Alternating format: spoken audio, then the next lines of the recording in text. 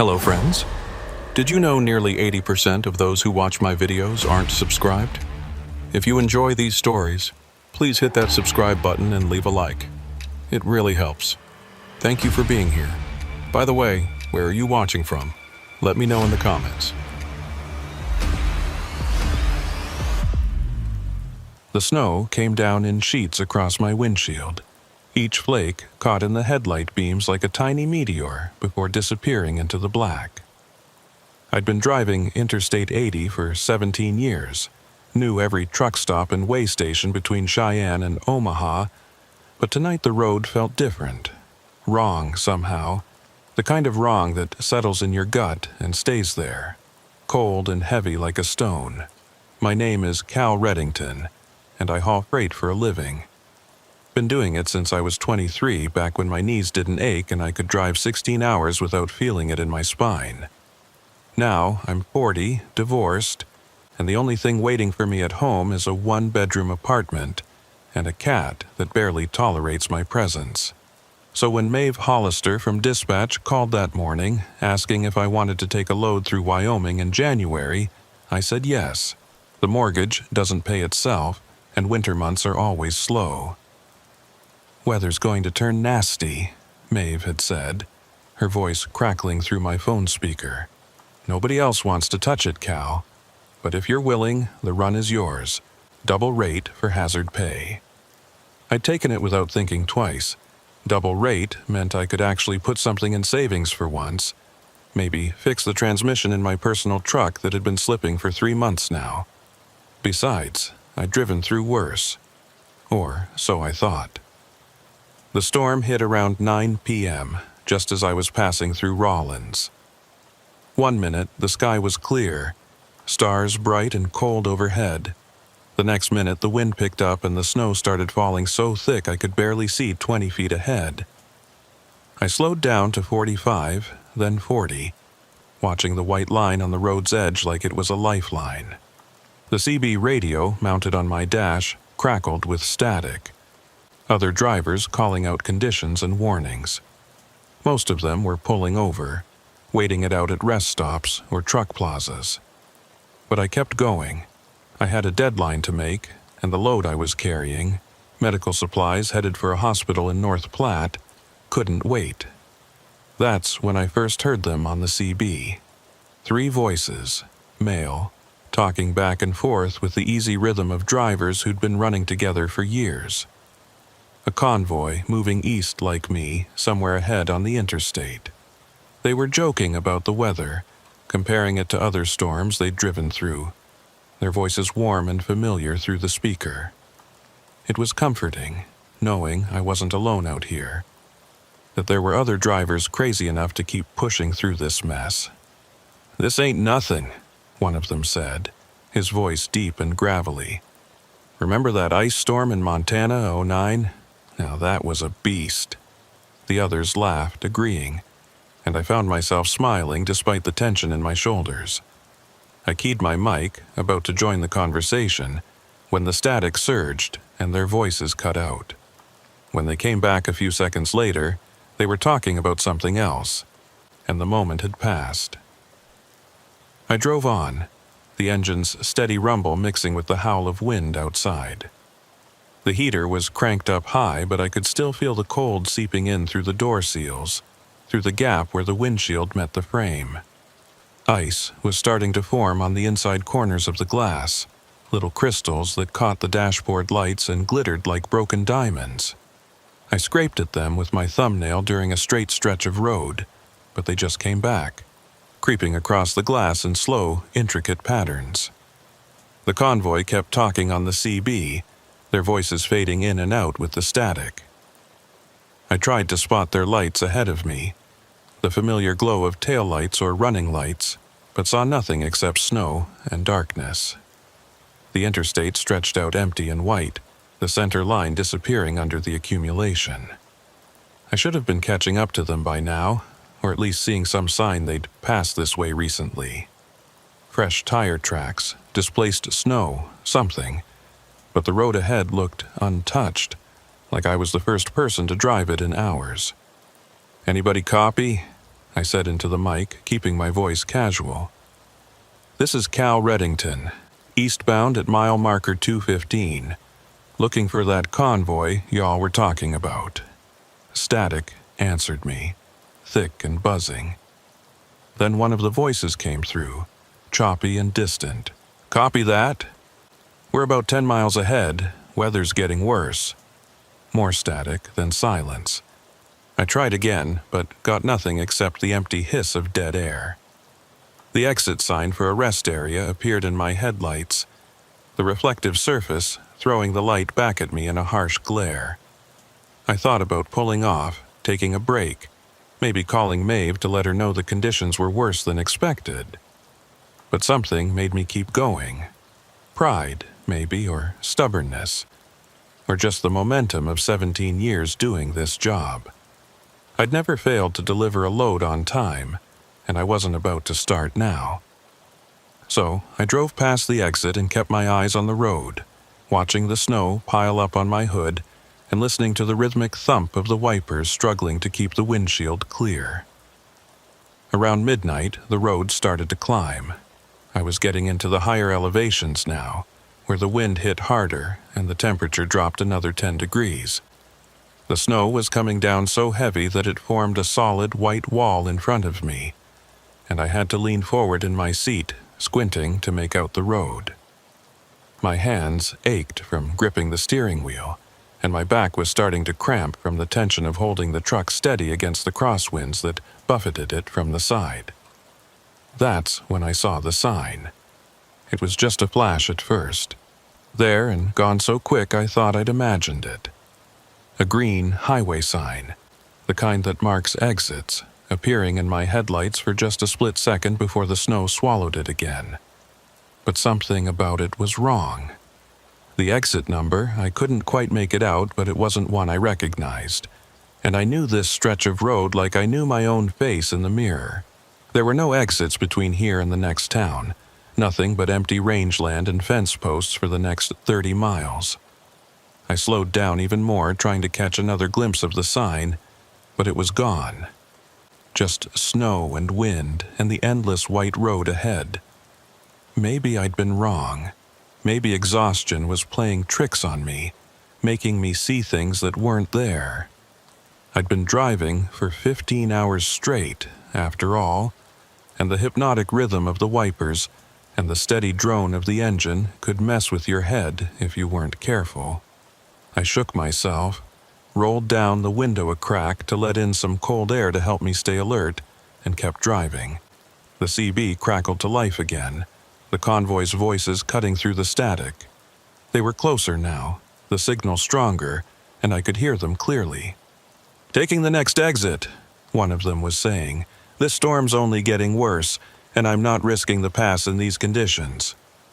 The others agreed, and I heard the characteristic sound of turn signals clicking in the background of their transmission. They were pulling off. Smart move, probably. I should do the same. But when I looked for exit signs, there was nothing. Just the empty road and the snow and the darkness pressing in from all sides. No lights from a truck stop or rest area. No glow of civilization anywhere on the horizon. The convoy kept talking, their voices describing the parking lot they were pulling into, the coffee they were going to get, the weather forecast they'd heard on the radio. But I couldn't see them. Couldn't see anything except the tunnel of light my headlights carved through the storm. "Where are you guys?" I asked into the mic, trying to keep the confusion out of my voice. "What exit did you take? I'm not seeing anything out here." Silence. Then that same deep, gravelly voice. "Exit 223. Can't miss it. Big truck plaza, fuel, food, the works." But I just passed mile marker 220, and there was no exit 223 on this stretch of interstate. I knew that for certain.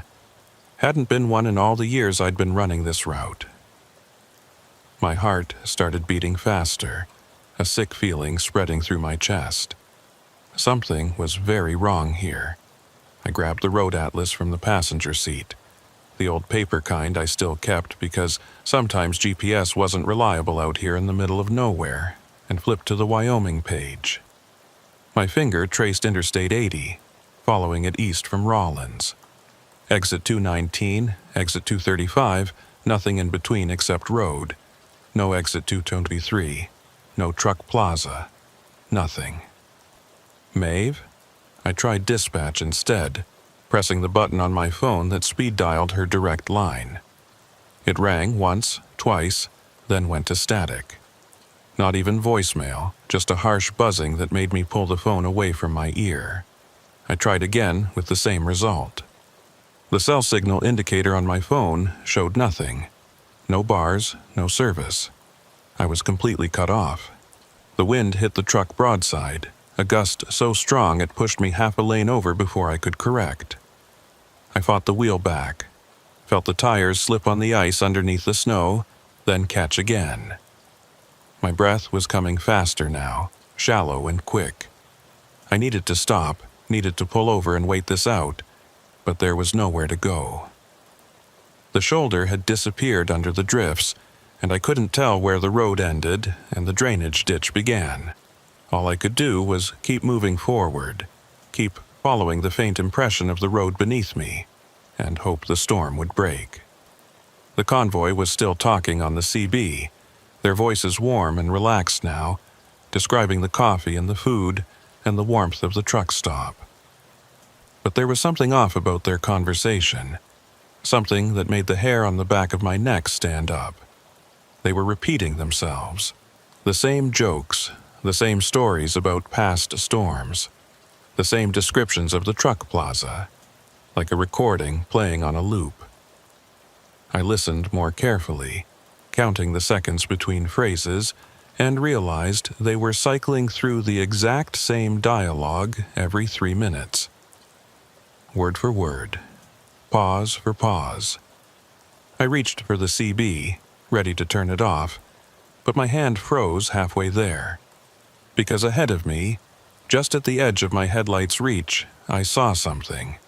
A shape in the snow, dark and massive, moving along the road in the same direction I was going. A truck. It had to be a truck. The back end of a trailer, maybe, or a sleeper cab. But there were no lights on it. No tail lights, no running lights, no reflective tape or markers. Just a dark, rectangular shape that seemed to absorb the light rather than reflect it. I accelerated slightly, trying to close the distance, trying to see it more clearly. But the faster I went, the further away it seemed to get. Always there, always just at the edge of visibility, but never any closer. I flashed my high beams, hoping to illuminate it better, and for just a second I saw it clearly. A trailer, dark blue or maybe black, with no writing on it. No company logo, no DOT numbers, nothing. And then it was gone, swallowed by the snow as if it had never been there at all. My hands were shaking now, a tremor that ran from my fingers up through my wrists and into my forearms. I eased off the gas, letting the truck slow down to 35, then 30. The smart thing to do would be to stop. Just stop right here in the road, put on my flashers, and wait for the storm to pass. But something deeper than logic kept me moving. Some instinct that said stopping would be worse, that whatever was out here in the storm with me, it was waiting for me to stop. The CB crackled again, but this time the voices were different, distorted. The same words, but stretched out, lowered in pitch, like a recording played at half speed, and 10 miles ahead, weather's getting worse. The deep voice that had been warm and friendly now sounded hollow, empty, like it was coming from somewhere very far away or very deep. "Can't miss it," the voice said, each syllable drawn out and wrong. "The works." I reached for the CB and switched it off. The sudden silence was almost worse than the voices had been. Now there was nothing but the wind and the engine and my own ragged breathing. I focused on the road, on keeping the truck between the lines I could barely see, on just making it through the next mile and the next, until I could find somewhere safe to pull over. That's when I saw the sign again. The same green highway sign, appearing in my headlights exactly like before. But this time, I was ready for it, and I read it in the brief moment before it vanished. Exit 223, Truck Plaza, 1 mile. The same exit the convoy had mentioned, the exit that didn't exist. I kept driving, my eyes fixed on the spot where the sign had appeared, trying to make sense of what I'd seen. Road signs didn't just vanish. They were solid metal and reflective paint, anchored in concrete, lit up by headlights whether you wanted them to be or not. But this one had been there, and then it wasn't, and I couldn't shake the feeling that I'd just witnessed something impossible. The truck's thermometer showed -8 degrees outside, but I was sweating. I could feel it beating on my forehead, running down my spine under my thermal shirt and heavy jacket. The heater was still cranked up high, pouring hot air into the cab, but it didn't help the chill that had settled into my bones. This wasn't the cold of winter weather. This was something else, something that came from inside, from the growing certainty that I was in serious trouble. I thought about my ex-wife, Sarah.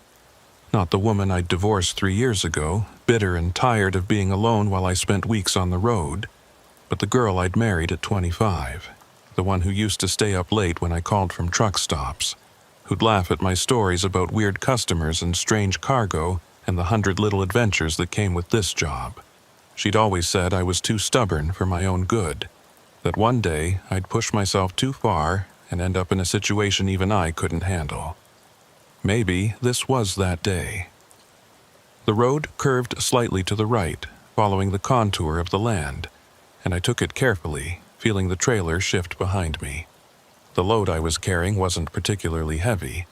Medical supplies rarely were, but it was fragile, and the last thing I needed was to jackknife on ice and end up with thousands of dollars worth of damaged equipment. I'd hauled enough loads to know exactly how my trailer would respond to different conditions.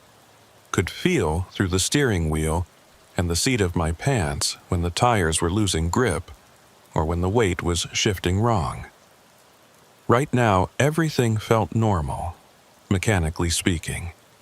It was everything else that felt wrong. Mile marker 225 appeared in my headlights, the numbers clear despite the snow accumulating on the sign's face. I'd been tracking them obsessively for the past 20 minutes, watching for any gaps or irregularities, anything that might explain the phantom exit sign. But they'd all been there in order: 220, 21, 22, 23, 24, 25, which meant I'd driven right past where exit 23 was supposed to be, and there'd been nothing. No off-ramp, no truck plaza, no lights except my own reflecting off the falling snow. The CB radio sat silent on my dash, the power light still glowing green even though I'd switched it off. I stared at it, waiting for it to crackle back to life with those distorted voices, but it stayed quiet. Maybe I'd imagined the whole thing. Maybe the stress and the storm and the long hours had combined to create some kind of auditory hallucination. That made more sense than the alternative. That I'd been listening to something that wasn't quite real. Voices from somewhere that didn't exist on any map. Movement in my side mirror caught my attention. I glanced at it, expecting to see nothing but snow and darkness, but there was something there. Lights. Not headlights coming up behind me, but something else. Red and white, flashing in a pattern that seemed almost random. They were distant, maybe half a mile back, barely visible through the storm. But they were there, and they were following the same road I was on. Relief flooded through me, warm and sudden. Another driver, someone else who'd been crazy enough or desperate enough to keep going through this mess. I wasn't alone out here after all. I watched the lights in the mirror, waiting for them to get closer, but they maintained their distance. Half a mile back, no closer, no further away, just keeping pace with me as I drove through the storm. I tried the CB radio again, switching it back on despite my earlier unease. Static greeted me, thick and buzzing. "This is Cal Reddington, eastbound on I-80 at mile marker 225, I said into the mic. "I've got visual on a vehicle behind me. If that's you, come back." The static continued, unchanging. I tried again, adjusting the squelch, flipping through channels. Nothing. Just that same empty hiss. The lights in my mirror flickered, and for a moment I thought they'd gone out completely. But then they came back, brighter now, and I could see them more clearly. Not truck lights. The pattern was wrong, too spread out, and the red seemed too intense, too pure, like emergency lights. Police or highway patrol, maybe, checking on vehicles that had been foolish enough to stay on the road in these conditions. I eased off the gas, expecting the vehicle to catch up to me, to pull alongside or signal me to pull over. But it stayed back, maintaining that same half-mile distance. The lights pulsed in my mirror, red and white, hypnotic in their rhythm. I watched them for a solid minute, 2 minutes, 3, and they never changed. Never got closer, never fell back, just stayed there like they were tethered to my truck by an invisible line. The radio on my phone crackled, startling me. Not a call, but the weather band, automatically activating with an alert. Winter storm warning in effect for Carbon and Albany counties until 6 a.m. The automated voice was choppy, breaking up with interference. Zero visibility reported, multiple road closures. Travelers are advised to... It cut out, replaced by static, then went silent. My phone screen showed no signal again. The weather app frozen on data from 3 hours ago. Ahead of me, something changed. The quality of the darkness shifted, became deeper somehow, more complete. And then I realized what it was. My headlights weren't reaching as far anymore. The beams that should have extended 100 yards or more were being absorbed after maybe 30 feet, swallowed by the storm or the night or something I didn't want to think about. I could see the snow falling in the immediate cone of light. Could see the road directly in front of my bumper, but beyond that was nothing but black. I slowed down to 25 miles per hour, then 20. This was getting dangerous. I needed to find somewhere to stop, to wait out the worst of the storm, even if it meant sitting on the shoulder with my flashers on. But when I started to ease toward the right, planning to pull off, the truck lurched. Not from ice or wind, but from something underneath. A jarring bump that rattled my teeth and sent the coffee in my cup holder sloshing over the rim. I corrected automatically, bringing the truck back to the center of the lane, and the ride smoothed out immediately. What had I hit? There was nothing on the interstate, no debris, no potholes big enough to cause that kind of impact. I checked my mirrors, looking for whatever I'd driven over, but saw only my own tracks already being filled in by the falling snow. And those lights, still hanging back there in the distance, still pulsing their steady red and white rhythm. The next time I tried to edge toward the shoulder, the same thing happened. A violent bump, like driving over a log or a curb, that forced me back to the center of the lane. I tried the left shoulder with the same result. The truck would only run smooth if I kept it in the middle of the road, equidistant from both edges. As if something was physically preventing me from pulling over. My heart was hammering now, a sick, rapid beat that made my hands shake on the wheel. This wasn't possible. Roads didn't work this way. Physics didn't work this way. I was tired, that was all. Exhausted and stressed and seeing things, feeling things that weren't real. I needed to stay calm, needed to think rationally. There was an explanation for all of this. There had to be. I thought back to the last truck stop I'd passed, a TA in Rollins where I'd fueled up just before the storm hit. Dustin Curvin had been working the service bay, a mechanic I'd known for years. We talked for a few minutes while he checked my tire pressure, shooting the breeze about the weather and the season, and how business was slow. "You be careful out there, Cal," he'd said as I was leaving. "This storm's supposed to be a bad one." Wouldn't surprise me if they closed the interstate before morning. I'd laughed it off, assured him I'd be fine. Now I wished I'd listened. The temperature gauge on my dash was dropping. -10 now, -12. The cold was seeping in through every crack and gap in the cab, forming ice on the inside of the windows faster than I could scrape it away. My breath came out in clouds, visible even in the dim glow of the dashboard lights. I cranked the heater up higher, but it didn't seem to make any difference. The cold just kept coming, steady and relentless, like the truck was losing its ability to hold it back.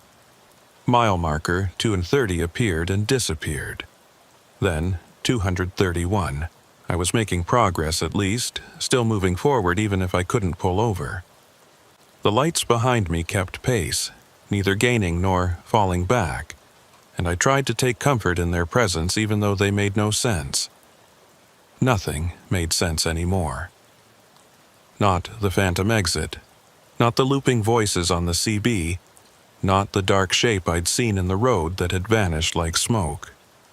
But I was still moving, still driving, and as long as I kept doing that, I'd eventually reach a town or a patrol station or somewhere with people and warmth and explanations. The CB radio crackled to life without me touching it. I stared at it, my hand frozen halfway to the power switch, as static filled the cab. Then, through the interference, I heard a voice, my voice. "This is Cal Reddington, eastbound on I-80 at mile marker 225. I've got visual on a vehicle behind me. If that's you, come back." The exact words I'd spoken minutes ago played back at me with perfect clarity. Then silence. I grabbed the mic with shaking hands. "Who is this?" My voice came out higher than I meant it to, strained with fear I couldn't quite hide. "How are you doing this?" Static answered me, and then, after a long pause, my voice again, asking the same question. "Who is this? How are you doing this?" Like an echo, but delayed, coming back to me from somewhere I couldn't identify. I switched the CB off again, forcefully this time, jabbing at the power button like I could kill whatever was on the other end of that signal. The radio went dark. For about 5 seconds.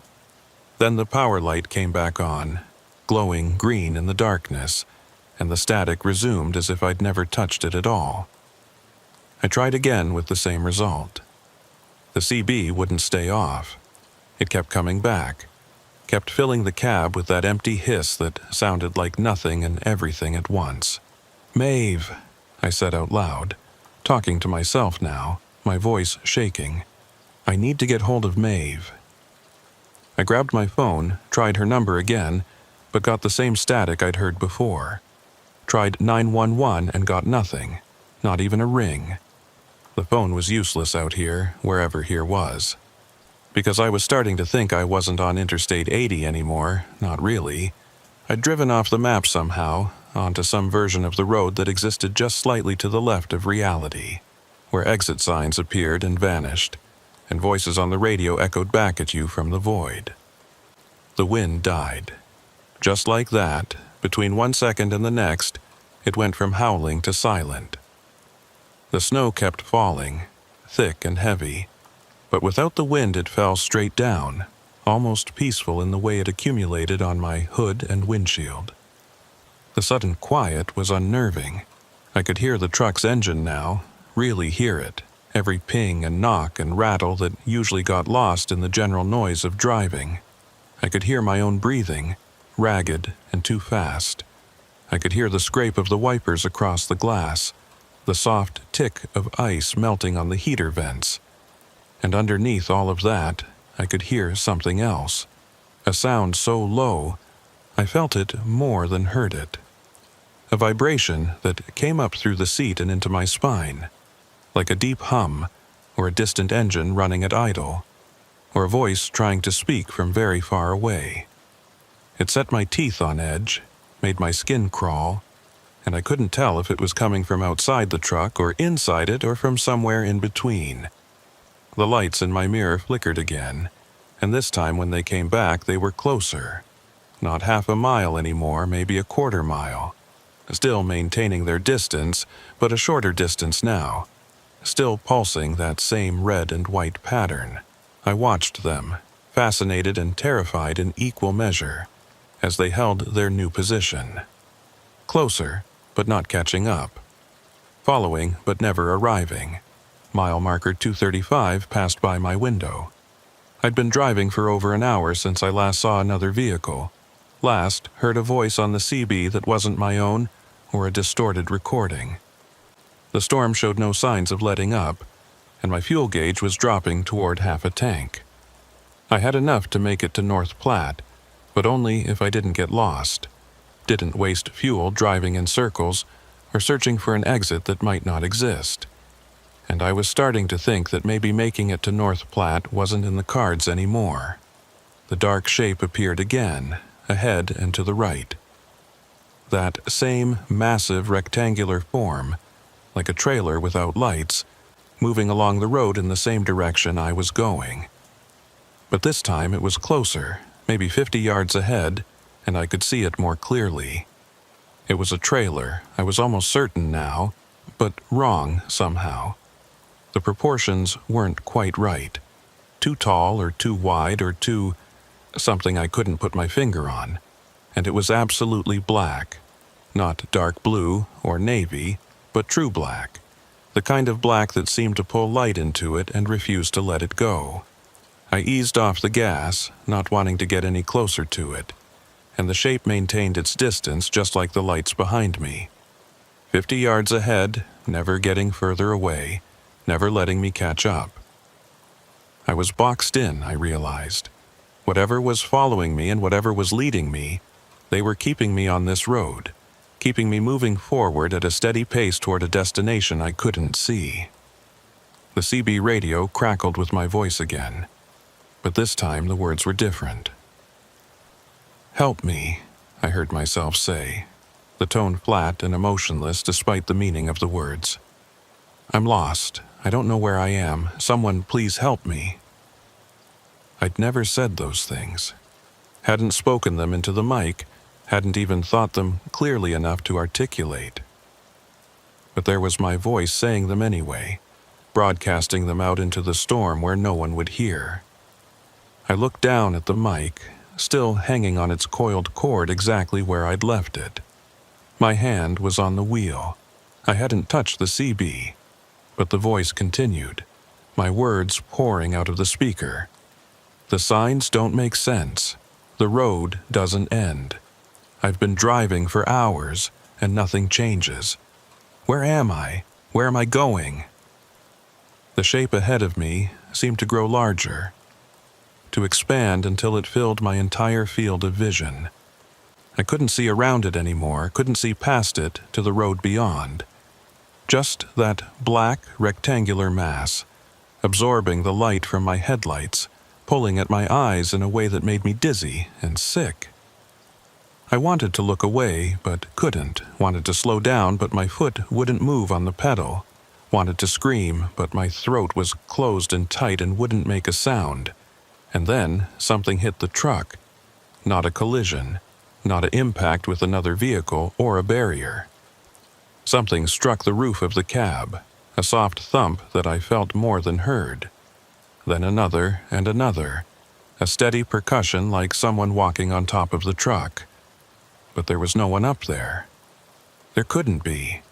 I was doing 20 miles an hour on a deserted highway in the middle of a snowstorm. There was nothing out here that could be on my roof. The thumps continued, moving from the front of the cab toward the back, and I heard something else. A scraping sound like claws or nails dragging across metal. My hands locked on the wheel, knuckles white, as whatever was up there moved along the length of the truck, over the cab and onto the trailer behind me. I didn't want to look up, didn't want to see what might be visible through the moonroof that I never used, that stayed covered by a shade I never opened. But my eyes went up anyway, drawn by a compulsion I couldn't resist. The shade was open. I didn't remember opening it, didn't remember touching it at all, and through the moonroof I could see the sky, or what should have been the sky. But instead of stars or clouds or the storm, there was only black. Pure, absolute black, so dark it hurt to look at. And in that darkness, something moved. Something large and slow, shifting like oil across water, blocking out even the faint illumination that should have come from somewhere, anywhere. I jerked the wheel to the left, a panicked reaction that sent the truck skidding sideways across the ice. The trailer began to swing out, the beginnings of a jackknife that would flip me over if I didn't correct immediately. I fought the wheel back, easing off the gas, letting the truck find its balance again. The scraping on the roof stopped. The thump stopped. And when I looked up again, the shade was closed, exactly as it had always been. I was shaking so hard I could barely hold the wheel. My breath came in short gasps that fogged the air in front of my face, freezing into tiny crystals that drifted down onto my lap. I needed to stop, needed to get out of the truck, needed to run, needed to do anything except keep driving toward whatever was waiting for me at the end of this road. But I couldn't stop. Every time I tried to pull over, something prevented it. I was trapped in motion, a prisoner in my own truck, following a route that had no ending. The lights behind me were closer now. Close enough that I could almost make out the vehicle they were attached to, almost see what had been following me for the past hour. But every time I focused on them in the mirror, they blurred and shifted, refusing to resolve into anything coherent. Red and white, pulsing, getting closer inch by inch, and I knew that if they ever caught up to me, if they ever pulled alongside or past me, something very bad would happen. The dark shape ahead disappeared, swallowed by the snow or fading back into whatever dimension it had come from. For a moment I was driving into empty space, nothing ahead except the storm and the road and the endless white. And then I saw the sign again, that same green highway sign, exit 223, appearing in my headlights like it had been waiting for me to notice it. But this time it didn't vanish. This time it stayed visible, solid and real, mounted on its posts just like any normal sign should be. And beyond it, I could see lights. Not the red and white of the vehicle behind me, but the warm yellow glow of sodium lamps, the bright white of fluorescent tubes, the multicolored shimmer of neon signs, a truck plaza, just like the voices on the CB had described, just like I'd been told. Exit 223, exactly where it wasn't supposed to be. I slowed down, the truck dropping to 15 miles per hour, then 10. The exit ramp appeared in my headlights, curving away to the right, leading down toward those welcoming lights.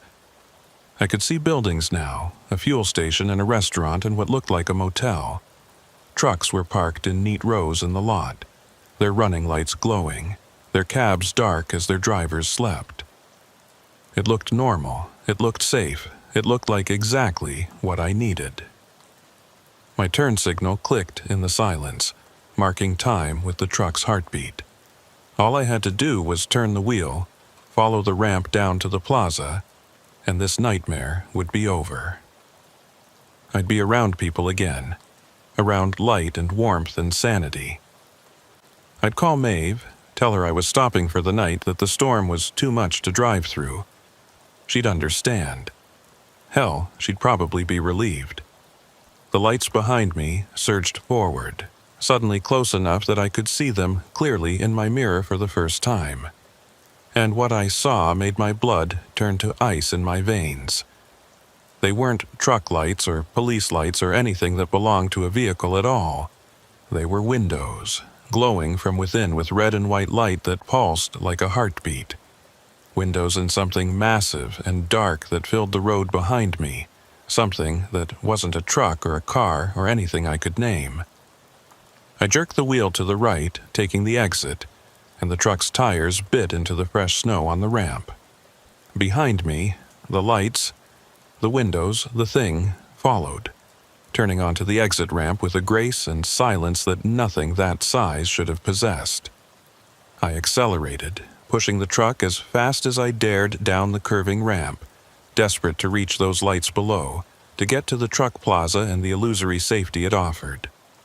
The ramp curved back on itself, a standard cloverleaf design, and I followed it around, the trailer swaying behind me but staying in line. Almost there. Just another 100 yards, and I'd be on level ground, pulling into the parking lot surrounded by other drivers who'd know what to do, who'd help me make sense of this. I could see the fuel pumps now, could read the price per gallon on the LED displays, could see a figure in a heavy jacket walking between the trucks, checking vehicles, looking completely normal and mundane and real.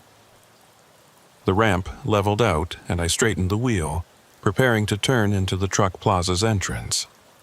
But as I did, the lights that had been so warm and inviting began to flicker. The sodium lamps dimmed and brightened and dimmed again. The fluorescent tubes stuttered. The neon signs buzzed and went dark. And in the space of 3 heartbeats, every light in the truck plaza went out. Darkness rushed in to fill the void, absolute and complete. The trucks I'd seen parked in neat rows were gone. The buildings were gone. The figure in the jacket was gone. There was nothing ahead of me except empty snow-covered ground and the ramp continuing forward into darkness. No truck plaza. No exit. Just the ramp leading nowhere, ending at a field of white that stretched out in all directions. I stood on the brakes, felt the ABS pulse under my foot as the truck slowed, and finally stopped. I sat there in the silence, engine idling, headlights illuminating snow and nothing else. Behind me, the thing with the glowing windows had stopped too, maintaining its distance, waiting. The CB radio crackled with my voice, still calling out for help, still describing my confusion and fear in that flat, emotionless tone. I was trapped between nothing and something worse than nothing, on an exit ramp that went nowhere, in a storm that would never end.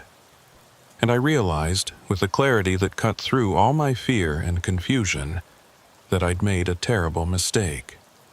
I should never have left the interstate. Should never have listened to the voices on the CB or looked for the truck plaza that didn't exist. Because now I was off the road, off the map, and I had no idea how to get back. I sat there for what felt like hours, though my watch said only 5 minutes had passed.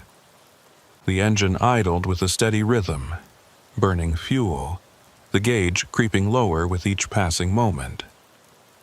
I had maybe 300 miles of range left, enough to get back to the interstate and continue east if I could figure out how to reverse up the exit ramp without jackknifing.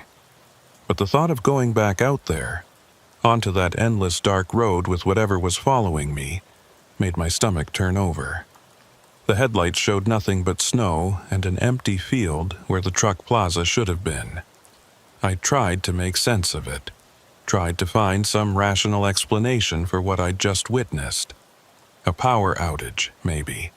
A trick of the storm that had made me misjudge the distance. But I knew those were lies.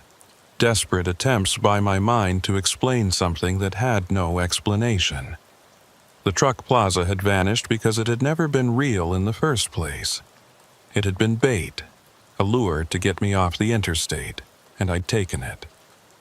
Behind me, the thing with the glowing windows remained motionless, a dark mass at the top of the exit ramp. I couldn't see it clearly in my mirrors, couldn't make out any detail beyond the general impression of size and wrongness, but I could feel it there, could sense its presence like a weight pressing down on the back of my neck. It was waiting for me to move, to make a decision, to do something other than sit here in neutral burning diesel. I reached for my phone again, knowing it was useless but needing to try anyway. Still no signal. The screen showed my last known location as Rollins, over 100 miles back. The GPS arrow spinning slowly in place like it was trying to figure out where I'd gone. The battery was at 30%, dropping faster than it should. I turned the screen off to conserve power, though I wasn't sure why it mattered. If I was going to die out here in the snow, whether my phone had battery or not seemed like a minor concern. The CB radio continued its intermittent broadcasts, my voice cutting through the static to describe situations I hadn't experienced yet. "The engine's dying," I heard myself say. "I can't keep it running. It's getting so cold." I looked at the temperature gauge. The truck was running fine, the engine temperature right where it should be. But I shivered anyway, because I knew that voice was right. Eventually, the fuel would run out, and then the engine would stop, and then the heater would fail, and I'd be alone in the cab with nothing but the cold and the dark and whatever was out there waiting. I put the truck in reverse, deciding I had to at least try to get back to the interstate. The transmission clunked as I eased off the clutch, and the truck started rolling backward, up the slight incline of the exit ramp. I watched my mirrors carefully, trying to stay centered on the ramp, trying to avoid the shoulders that might drop off into ditches, or barriers, or nothing at all. The thing with the windows didn't move, just sat there at the top of the ramp, watching me approach. 20 yards separated us now, then 15, then 10. I could see it more clearly, could make out what looked like a massive rectangular structure, taller than a semi-trailer, with those glowing windows arranged in 2 rows along its side. But the proportions were all wrong. The angles too sharp, or too soft, or too something my brain couldn't quite process. It hurt to look at directly, made my eyes water and my head ache. So I relied on my mirrors, keeping it in my peripheral vision while I focused on the ramp. 5 yards. 3. And then I was level with it, the truck's trailer passing within arm's reach of whatever it was.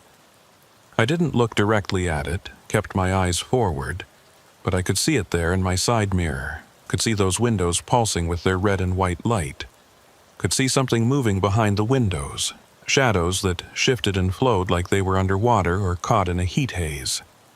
I pressed the gas harder, feeling the engine strain as I backed up the incline. The thing didn't move, didn't react to my presence at all. And then I was past it, back at the top of the ramp, and I could see the interstate ahead. The road was still there, still running east-west through the darkness, still covered in snow. Relief flooded through me so intensely it made me dizzy. I'd found my way back. I could get back on the road and keep driving, and maybe, this nightmare would end. I shifted into first gear and pulled forward, guiding the truck back onto the interstate. The tires gripped, the trailer followed, and just like that, I was back in the eastbound lane, headlights pointed toward Nebraska and the promise of morning. Behind me, the exit ramp receded into the darkness, and the thing with the windows didn't follow. It stayed there at the entrance to nowhere, watching me go, and I felt its attention like a physical touch between my shoulder blades. The convoy voices started up again on the CB, back to their original loop, describing the truck plaza and the coffee and how they were going to wait out the storm. But they sounded faint now, distant, like they were broadcasting from very far away. I listened to them cycle through their conversation twice more, then switched the radio off. This time it stayed off, the power light going dark and remaining dark. Whatever had been playing games with me seemed to have lost interest. Mile marker 236 appeared in my headlights. Then, 237, I was making progress, putting distance between myself and the phantom exit, and that had to mean something. Had to mean I was getting back to normal reality, to the regular road that existed on maps and GPS systems. My hands had stopped shaking, and my breathing had slowed to something approaching normal. I was going to make it. I was going to deliver this load and collect my pay and never, ever take a run through Wyoming in winter again. That's when I saw the sign for exit 223 ahead. My foot came off the gas involuntarily, the truck slowing as I stared at the green sign illuminated in my headlights. Exit 223, Truck Plaza, 1 mile. The same exit I'd just left. The same exit that shouldn't exist. But I'd driven past it. I'd put it behind me. I'd seen mile markers 236 and 237, which meant I was well past where any exit 223 could be. I looked at my odometer, trying to make sense of the numbers. I'd driven 2.3 miles since getting back on the interstate. Should be at mile marker 238 by now, maybe 239. But the sign said 220. I was back where I'd been an hour ago before I'd seen the exit the first time.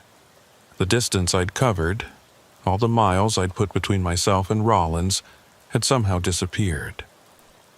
I was caught in a loop, driving the same stretch of road over and over, and I hadn't even realized it until now. Panic hit me then, real and visceral, tightening my chest until I couldn't breathe.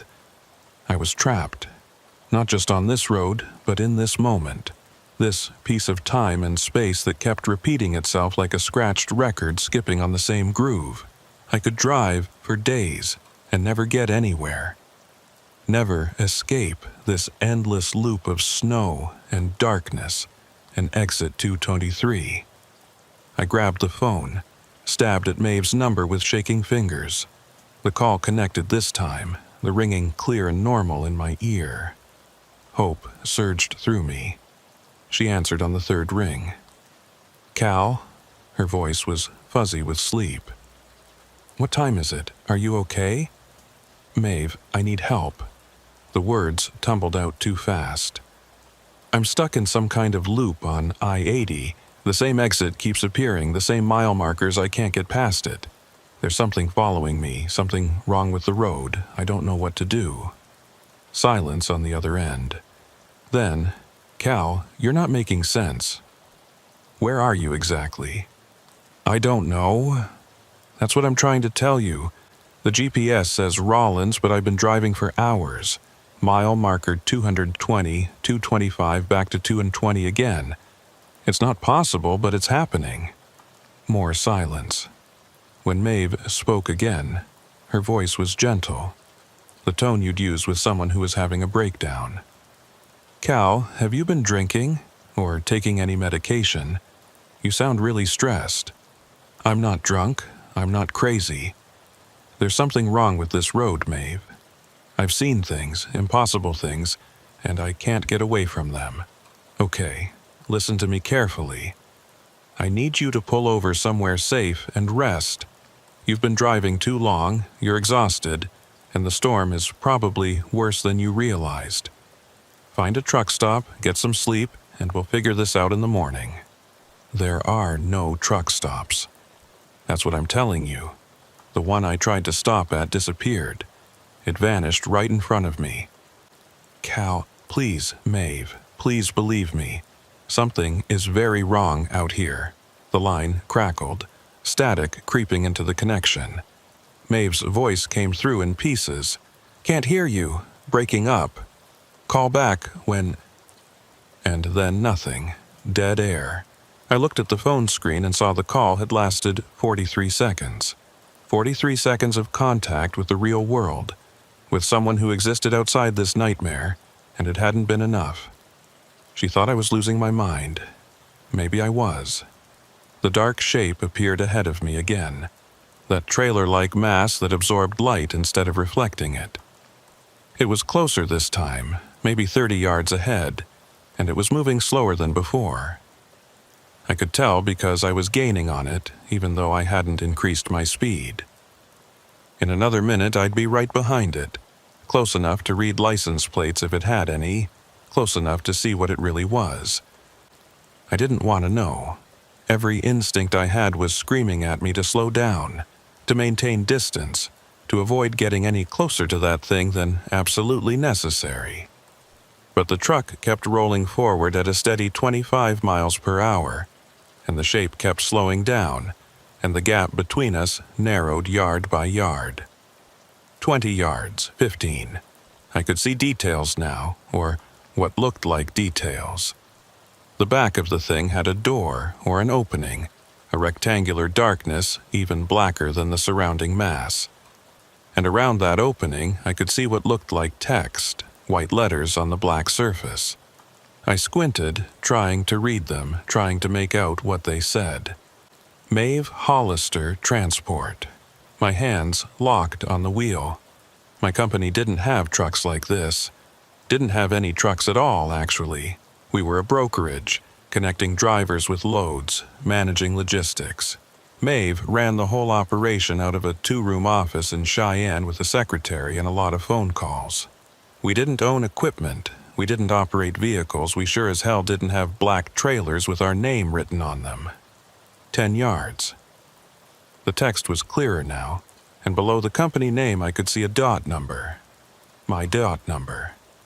The same 7-digit sequence that was on my truck, on my paperwork, on every bill of lading I'd signed in the past 3 years.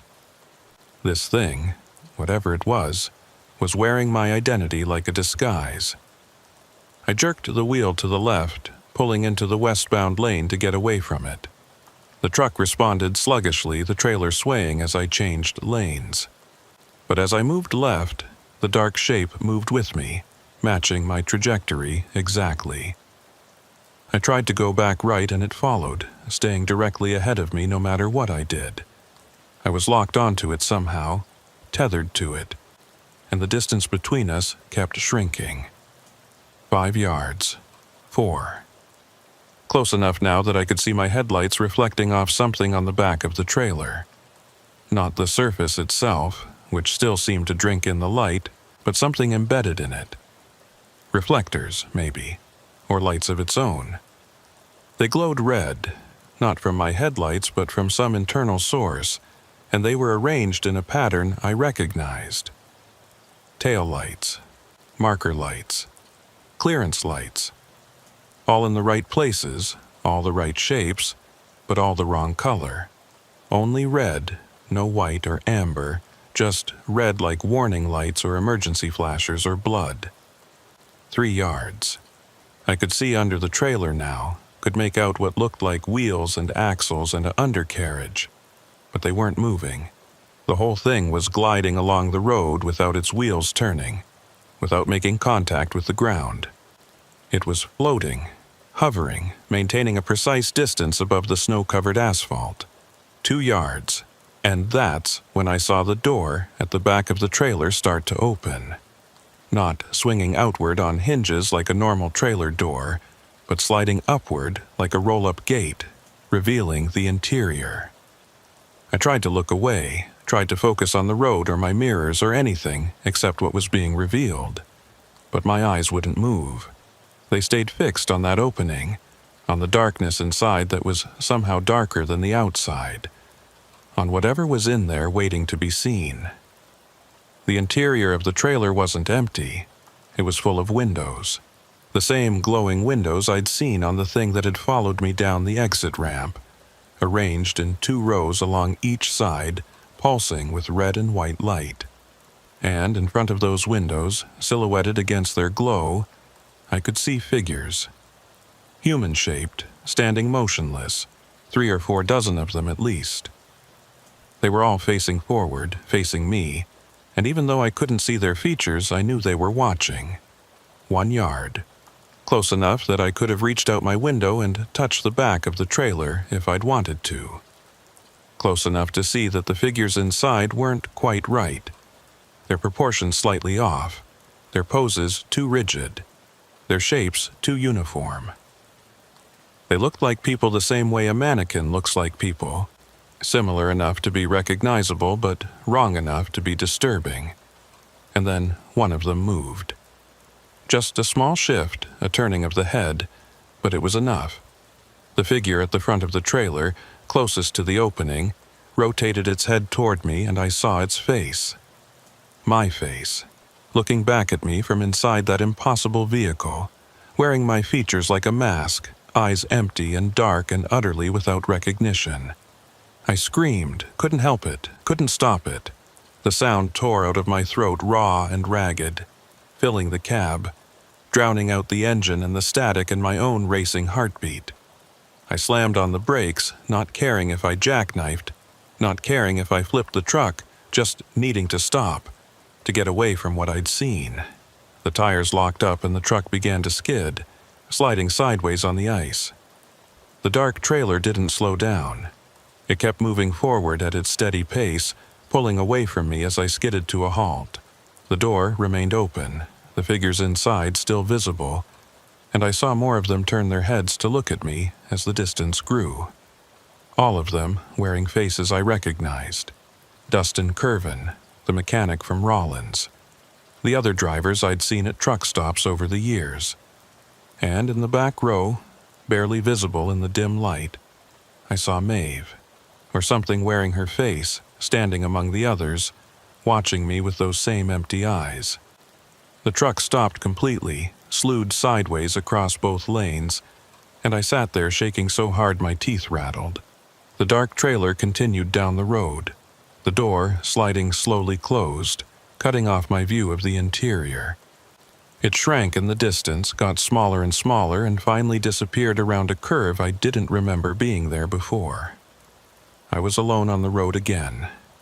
Just me and the snow and the endless night. The CB radio crackled to life with my voice, describing what I'd just seen, putting my terror into words. They're inside the trailer. All of them. Everyone I've ever known on this road. They're all in there and they're all watching me. What are they? What do they want? I didn't have answers. Didn't think there were answers, at least not ones that would make sense or provide comfort. All I knew was that I was caught in something far beyond my understanding, something that used faces and voices and familiar things to disguise its true nature. And it wasn't going to let me go. The mile marker in my headlights said 220. I was back at the beginning of the loop. Again. I put the truck in gear and started driving. What else could I do? Sitting still meant freezing, meant dying, meant giving up. And I wasn't ready to give up, not yet. So I drove, following the white lines that appeared and disappeared under the snow, keeping my speed steady, trying not to think about what I'd seen or what it meant. Trying to focus on the simple act of driving, on the familiar motions of steering and shifting and watching the road. Mile marker 221. The convoy voices had stopped, the CB silent except for faint static. The temperature outside had dropped to -15, and the cold was seeping into the cab despite the heater running full blast. I could see my breath in the air, could feel ice forming on my eyelashes when I blinked. Mile marker 222. Something was different this time. I could feel it, a change in the quality of the air or the texture of the storm.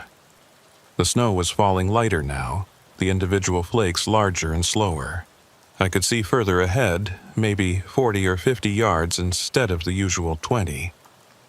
The darkness seemed less absolute, like there was a faint light source somewhere beyond the storm. Too distant to illuminate but close enough to suggest that dawn might eventually come. Mile marker 223.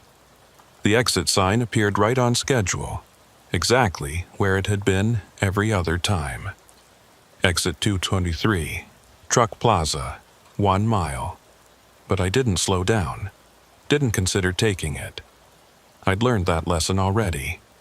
The exit led nowhere, offered nothing except a different flavor of trap. I kept driving, kept my eyes forward, and watched the sign recede in my mirror. And that's when I heard the voice on the CB. Not my voice this time, not the convoy's looping dialogue. A new voice crackling through the static, faint but clear enough to make out. Truck on I-80 eastbound. This is Nebraska State Patrol. Come back. I grabbed the mic so fast I nearly dropped it. This is Cal Reddington. I copy. I copy. My voice was hoarse from screaming, from fear, from hours of breathing cold, dry air. I need help. I'm trapped in some kind of loop. I can't get off this road. There's something following me. Static, then Copy that. Severe weather. Road closed at mile marker 245. Need to turn around. I can't turn around. Every time I try to go back, I end up in the same place. Mile marker 220. Over and over. How do I get out of this? Say again. You're breaking up. Location. Mile marker 223. I'm at 223 heading east, and I've been driving in circles for hours. Please, you have to help me. The static changed, became thicker, more oppressive. And through it, I heard something that made my blood run cold. The state patrol voice was still talking, but it was being overtaken by another voice, my voice, speaking the same words I'd just said, but with that flat, emotionless tone that meant it wasn't really me. Mile marker 223. I'm at 223 heading east, and I've been driving in circles for hours. Please, you have to help me. No, I whispered. No, that was real. That was a real person. They were trying to help. But the voice on the CB kept going, kept repeating my words with exact precision, and I knew the truth. There was no state patrol. There was no help coming. There was only this road and this storm and whatever intelligence was out here playing with me like a cat with a mouse. I dropped the mic, and it swung on its cord, bouncing against my leg. Mile marker 224. Then 225. The landmarks kept passing. The numbers kept climbing, and for a brief moment I let myself hope that maybe I'd broken free. Maybe I was finally making progress. But when marker 230 appeared, I knew what was coming next. I'd been here before, done this before, was caught in a cycle I couldn't escape. Mile marker 220, I was back at the start. The third time, or maybe the fourth, I'd lost count. How long had I been driving? My watch said 2 a.m., but I'd left Rollins at 8 p.m., which meant I'd been on the road for 6 hours. But it felt longer than that. Felt like days or weeks, like time itself was broken out here in the storm. The dark trailer appeared ahead of me again, the same as before, but also different. This time, it wasn't moving. It was parked on the shoulder, door closed, no lights showing. Just a dark shape barely visible against the snow, and I would have driven past it without noticing, except something made me slow down. Some morbid curiosity or desperate need for answers that overrode my fear. I pulled up alongside it, keeping my truck in the lane, and looked out my side window. The trailer was exactly what I'd thought. A standard semi-trailer, dark-colored, with text on the side that I couldn't quite read in the poor light. I grabbed my flashlight from the door pocket and shined it across the gap. Reddington Freight. My name. My DOT number.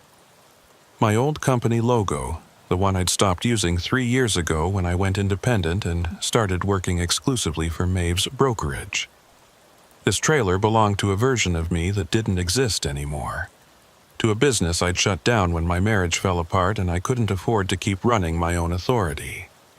I kept the flashlight beam moving, scanning the length of the trailer. It looked real, solid, covered in road grime and snow like any normal truck. The wheels were touching the ground, the suspension compressed under a loaded weight.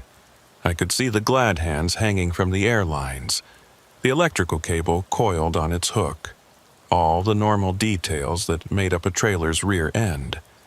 And then the back door started to open. I didn't wait to see what was inside. I hit the gas, and the truck lurched forward, tires spinning for a moment before catching. I watched my side mirror as the trailer receded behind me, watched that door roll up slowly and deliberately, revealing the darkness within. But this time I didn't see windows or figures or anything except pure, black emptiness. A void that seemed to pull at my eyes even from a distance. Mile marker 221. I was moving again, driving again, caught in the loop again. My fuel gauge read a quarter tank now. I'd burned through 3/4 of my fuel going nowhere, driving in circles, and soon I'd run out completely. And then what? Sit here and freeze while that thing with my name on it sat outside my window waiting? The CB crackled. Maeve's voice came through, clear and normal and wrong. "Cal, where are you? You should have checked in 2 hours ago. I'm getting worried." I stared at the radio, knowing this wasn't real, knowing it was the same trick that had been played on me over and over. But hearing her voice, hearing that note of concern, it broke something inside me. I grabbed the mic. "Maeve, if you can really hear me, if this is really you, I need you to know something. I'm not going to make this delivery. I'm stuck out here, and I don't think I'm getting out. Tell my ex-wife." I stopped. What could I tell her? That I was sorry? That I wished I'd been a better husband? That I loved her even though we'd signed papers and moved on and rebuilt our lives apart? None of it mattered now. "Tell her I was thinking about her at the end," I said finally. "Tell her the good times, the early years before it all went bad. Tell her those were real and I never forgot them." Silence from the CB. Then, in a voice that was Maeve, but also not Maeve, too measured and careful to be human. "Understood. Message will be delivered. Stay safe out there, Cal." The radio went dead. I let the mic drop, felt tears freezing on my cheeks, and drove on into the loop that had become my entire world. The snow had stopped falling. I noticed it somewhere around my 5th or 6th trip through the loop, though I'd long since stopped counting. The flakes that had been constant for hours just quit, leaving the air clear and still and empty. I could see further now, could make out the landscape on either side of the road. Hills covered in white, fence posts marking old property lines, nothing moving except my truck's shadow cast by my own headlights. The silence was worse than the wind had been. At least with the storm there'd been sound, motion, something to mark the passage of time. Now there was only the engine's steady rumble and the hum of my tires on the snow-packed road. The CB radio had gone completely dead. Not even static anymore, just a silent speaker and a dead power light. My phone had died 20 minutes ago, the battery finally giving up, leaving me with no connection to the outside world at all. Mile marker 220 appeared in my headlights for what might have been the 10th time, or the 20th. I'd lost track, lost the ability to care. The fear had burned itself out, leaving behind a hollow exhaustion that made everything feel distant and unreal. I was watching myself drive from somewhere far away, observing my own hands on the wheel, my own foot on the gas, like I was spectating my own life. The dark trailer was parked in the same spot again, right where it had been before. But this time there were others with it. 5 or 6 trailers, all dark, all identical, all bearing my name and company logo. They lined the shoulder like monuments or grave markers, and as I drove past each one, their doors began to open. Not all at once, but in sequence, each one waiting for me to draw level before rolling up to reveal the darkness inside. I didn't look, kept my eyes forward, kept driving, ignored the CB even though it had come back to life and was broadcasting my voice in dozens of variations, describing scenarios I hadn't experienced yet. "The engine just died. I'm out of fuel. It's so cold. I can't feel my hands anymore. Something's trying to get into the cab. The door handle is turning. I can't stop it. I can't." Mile marker 221. The convoy voices had returned too, but they weren't looping anymore. They were having a real conversation, or what sounded like one, talking about me. "Poor bastard," the deep, gravelly voice said. "How long's he been out here now?" "Hard to say," another voice answered. "Time's funny on this stretch. Could be hours, could be days. Think he'll figure it out? Eventually. They all do. Or they don't, and they just keep driving until they run out of gas. Either way, the road gets what it wants." I grabbed the mic, needing to confront them. needing answers even if they wouldn't make sense. What does that mean? What does the road want? Why is this happening to me? The voices stopped. Complete silence for maybe 5 seconds. Then the gravelly voice came back, but it was talking to the others, not to me. He can hear us now. That's new. Means he's close, almost there. Should we tell him? Why not? Won't change anything. I waited, hands trembling on the wheel, for whatever revelation they were going to offer. The answer to this nightmare, the explanation that would make it all make sense. But when the voice came through again, all it said was, "Check your mirror, Cal. Look at what's been following you this whole time." I didn't want to. Every instinct told me that looking would be a mistake, that some things were better left unseen. But I looked anyway, because what did I have to lose at this point? The mirrors showed the same thing they'd been showing for hours. The road behind me, the falling snow that had started up again, and in the distance, those pulsing red and white lights. Except they were closer now, much closer. Close enough that I could see the vehicle they were attached to, and it wasn't a vehicle at all. It was the thing I'd seen on the exit ramp, that massive structure with its rows of glowing windows, but it had changed, grown. The windows had multiplied, covering the entire surface. Hundreds of them now, maybe thousands, each one containing a figure. Each figure wearing a face I knew. I saw my ex-wife standing in one window, my mother in another. Maeve, Dustin. Every dispatcher I'd ever talked to, every dock worker who'd loaded my trailer, every other driver I'd shared a meal or a conversation with at a truck stop over the past 17 years.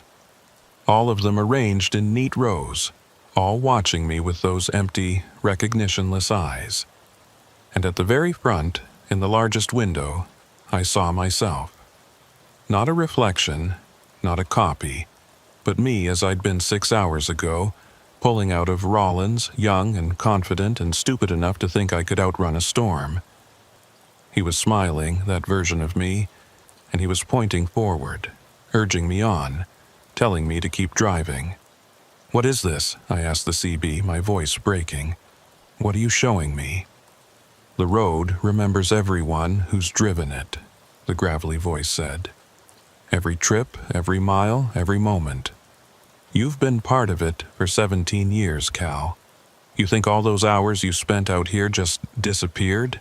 This is where they've been all along, waiting, accumulating, building up like interest in a bank account you forgot you had." Mile marker 222. The thing behind me was keeping pace now, matching my speed exactly, neither gaining nor falling back. I could feel its weight pressing down on the road, could feel the way it bent reality around it just by existing. And I understood, with a clarity that was almost painful, what was happening. I wasn't driving in a loop. I was driving in a spiral, circling down towards something, and with each rotation I was getting closer to the center, closer to where the road wanted me to be, closer to joining all those other faces in those windows, becoming another memory trapped in amber, preserved forever in this strange pocket of existence that sat just slightly to the left of the real world. "How do I get out?" I asked, though I already knew the answer. "You don't," the voice said, and it sounded almost sympathetic. "Nobody does.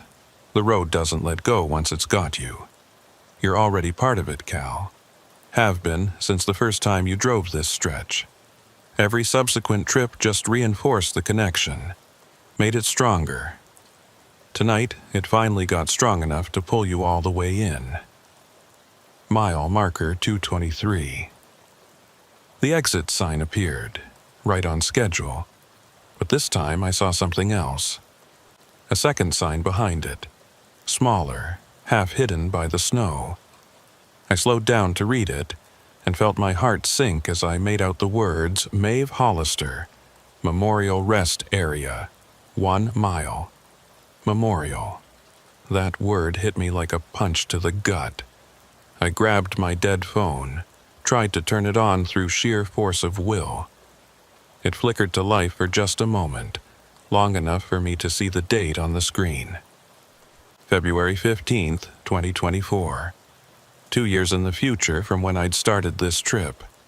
2 years I'd spent driving this same stretch of road, over and over, burning time the same way I'd burned fuel. The phone died again, but I didn't need it anymore. I understood now. Maeve was dead, had been dead, would be dead. The business was gone. My old life was gone.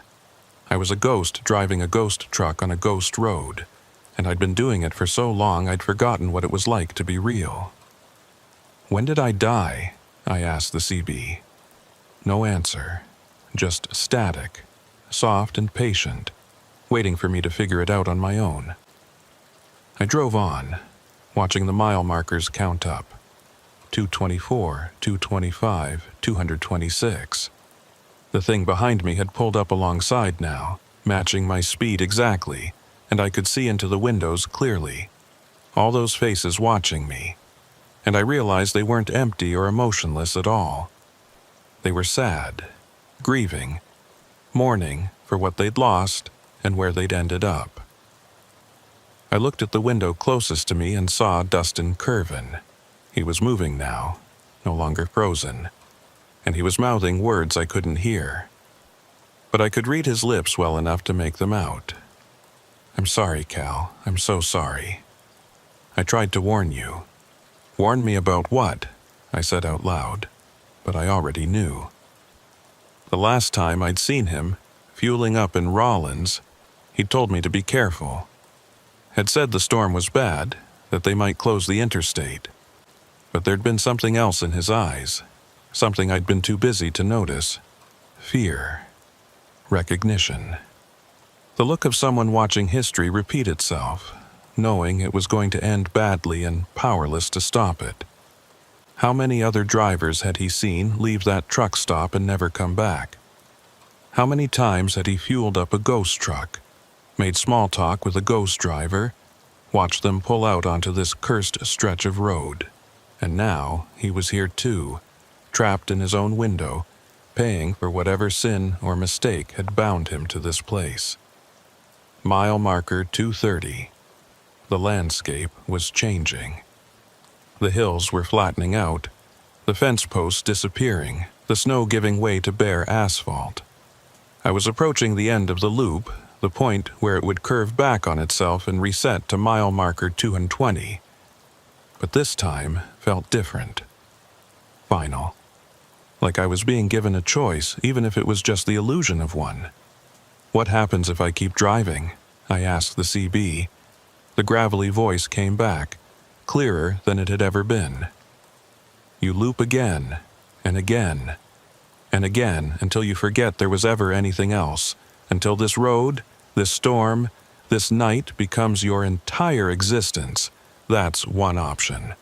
And the other? You take the exit, you pull into the rest area. You park next to all the other trucks that are already there, and you turn off your engine, and you wait. Eventually, you'll become part of the structure, another window in the collection.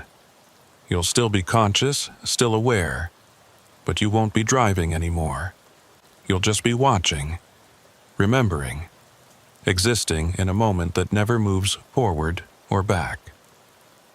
Neither option sounded good, but at least the second one had an ending, a conclusion, even if it wasn't the one I would have chosen. Mile marker 235. Almost there, almost to the reset point. I could feel the loop getting ready to kick in, could sense the road preparing to send me back to the beginning. My fuel gauge showed empty, the low fuel warning light glowing red on the dashboard. I had maybe 5 more miles left, maybe less. Not enough to do another loop. This was it, the end.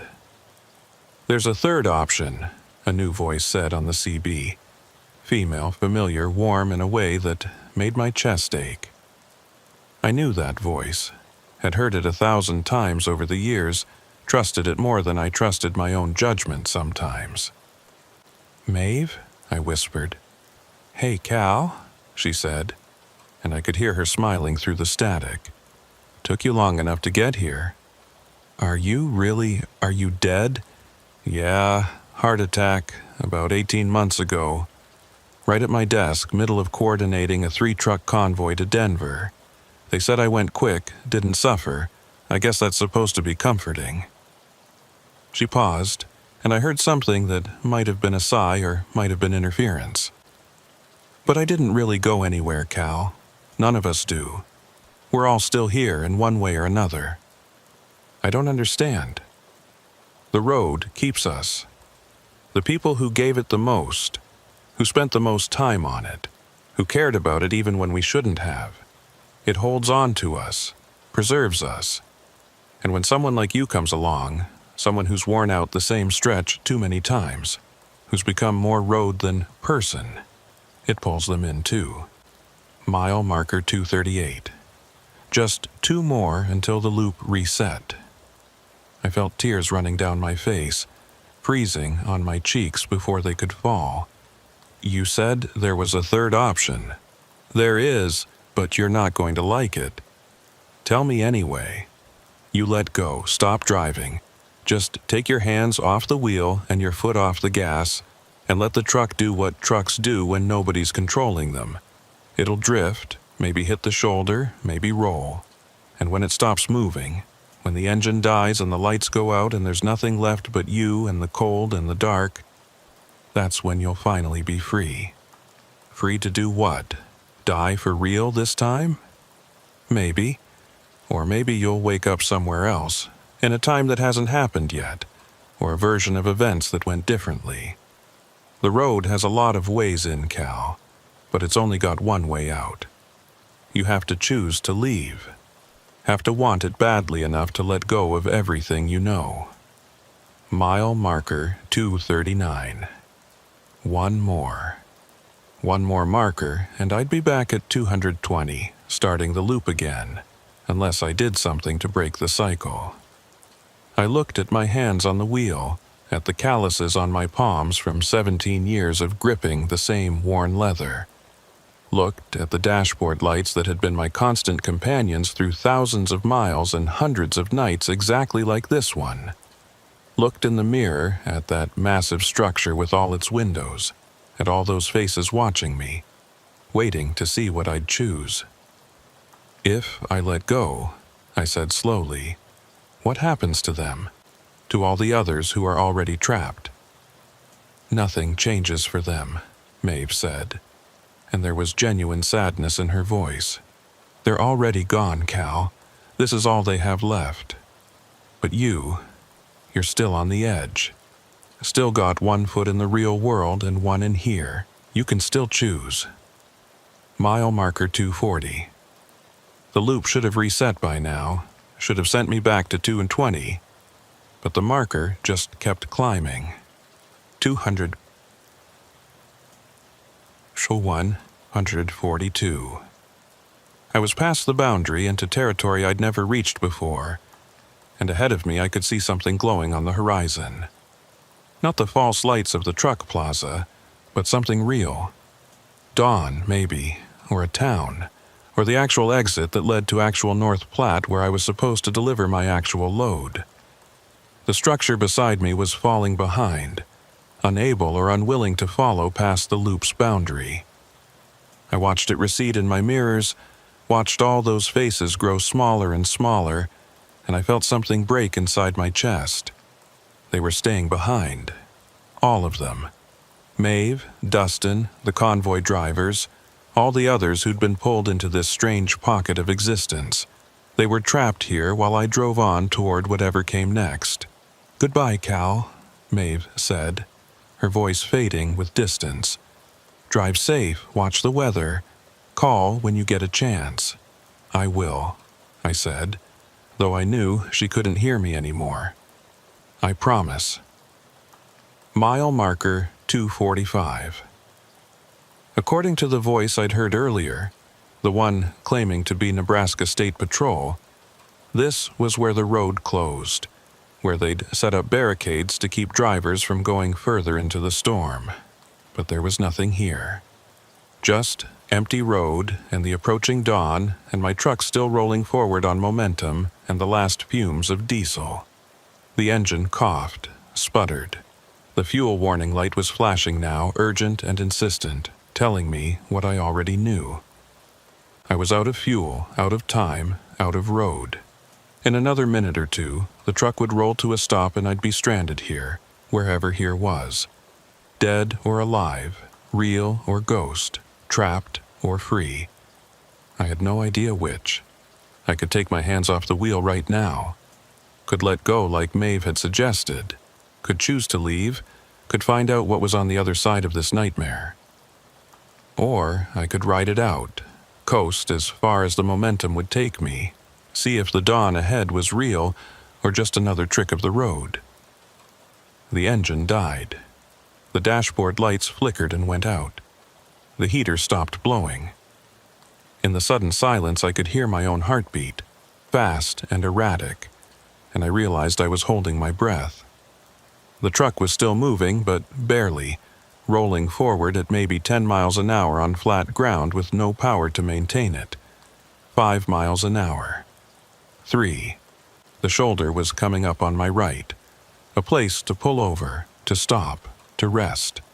I could guide the truck there, use the last of its momentum to get off the road, to park safely.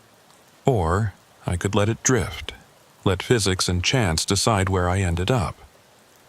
My hands loosened on the wheel, just slightly, just enough that the truck began to pull to the right on its own, following the crown of the road, heading towards the shoulder. I felt the tires leave the pavement, felt the subtle change in resistance as they hit the snow, felt the truck begin to slow down even faster. 1 mile an hour, half a mile an hour. Almost stopped. The first light of dawn was painting the eastern sky in shades of pink and gold, and in that light I could see the real world coming back into focus. Real snow, real hills, real fence posts, and ahead, maybe a quarter mile up the road, I could see lights. Red and blue, flashing in the early morning gloom. Real police lights, real patrol cars. Real people who existed in real time and could help me understand what had just happened. The truck stopped. The engine was dead. The cab was silent. And I was stranded on the shoulder of Interstate 80 in Wyoming at dawn after the longest night of my life. But I was here. I was real. And when I opened the door and climbed down from the cab, when my feet hit the ground and I felt the cold bite of winter air on my face, I knew with absolute certainty that I'd made it out. A figure was walking toward me from the patrol cars, a state trooper in a heavy jacket, flashlight in hand. He raised it as he approached, checking me out, making sure I was okay. "You all right, sir?" he called out. "We've had this stretch closed for 6 hours. How'd you even get past the barricades?" "I don't know," I said, and it was the truth. "I've been driving all night. I got turned around in the storm, lost track of where I was."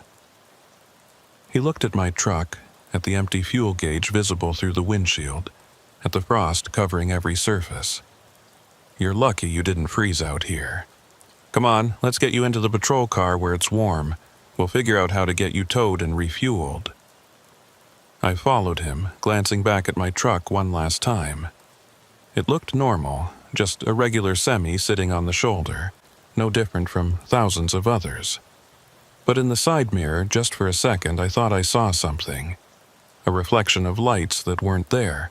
Windows glowing red and white in the pre-dawn darkness. And then it was gone, and there was just my truck and the road, and the morning coming on like a promise that maybe I'd actually get to keep. I climbed into the warm patrol car and listened to the trooper call for a tow truck on his radio, and I tried to believe that this was real, that I'd really escaped, that I wasn't still driving that loop somewhere in the dark, fooling myself into thinking I'd found a way out. But when the tow truck arrived an hour later, and when they refueled my truck and I started the engine and it turned over perfectly on the first try, and when I pulled back onto the interstate and continued east toward North Platte, I knew the truth. I was out, I was free, and I would never, ever forget what I'd left behind. Behind me, somewhere in the distance, invisible but present, I knew that stretch of road was still there, still looping, still holding all those faces in its windows, all those voices on the CB, all those trucks parked at rest areas that didn't exist on any map, waiting for the next driver who'd worn out their welcome on the regular roads, who'd become enough of a ghost that the road could pull them all the way in. I drove on into the dawn, and I never looked back. But sometimes, late at night, when I'm running a route I've run too many times before, I'll hear a voice on the CB that sounds almost familiar. Or I'll see an exit sign for a place that I know doesn't exist. And I'll remember that third option Maeve told me about, the one where you let go and see what happens. And I'll wonder if maybe I should have taken it. If maybe I'm still there, still driving that loop, still convinced I escaped, when really I'm just dreaming of freedom, while the road holds me tight and whispers that everything's going to be okay, that morning is coming, that I'm almost home. But I never let myself think about it for too long, because if I did, I might realize the truth, and I don't think I could handle that.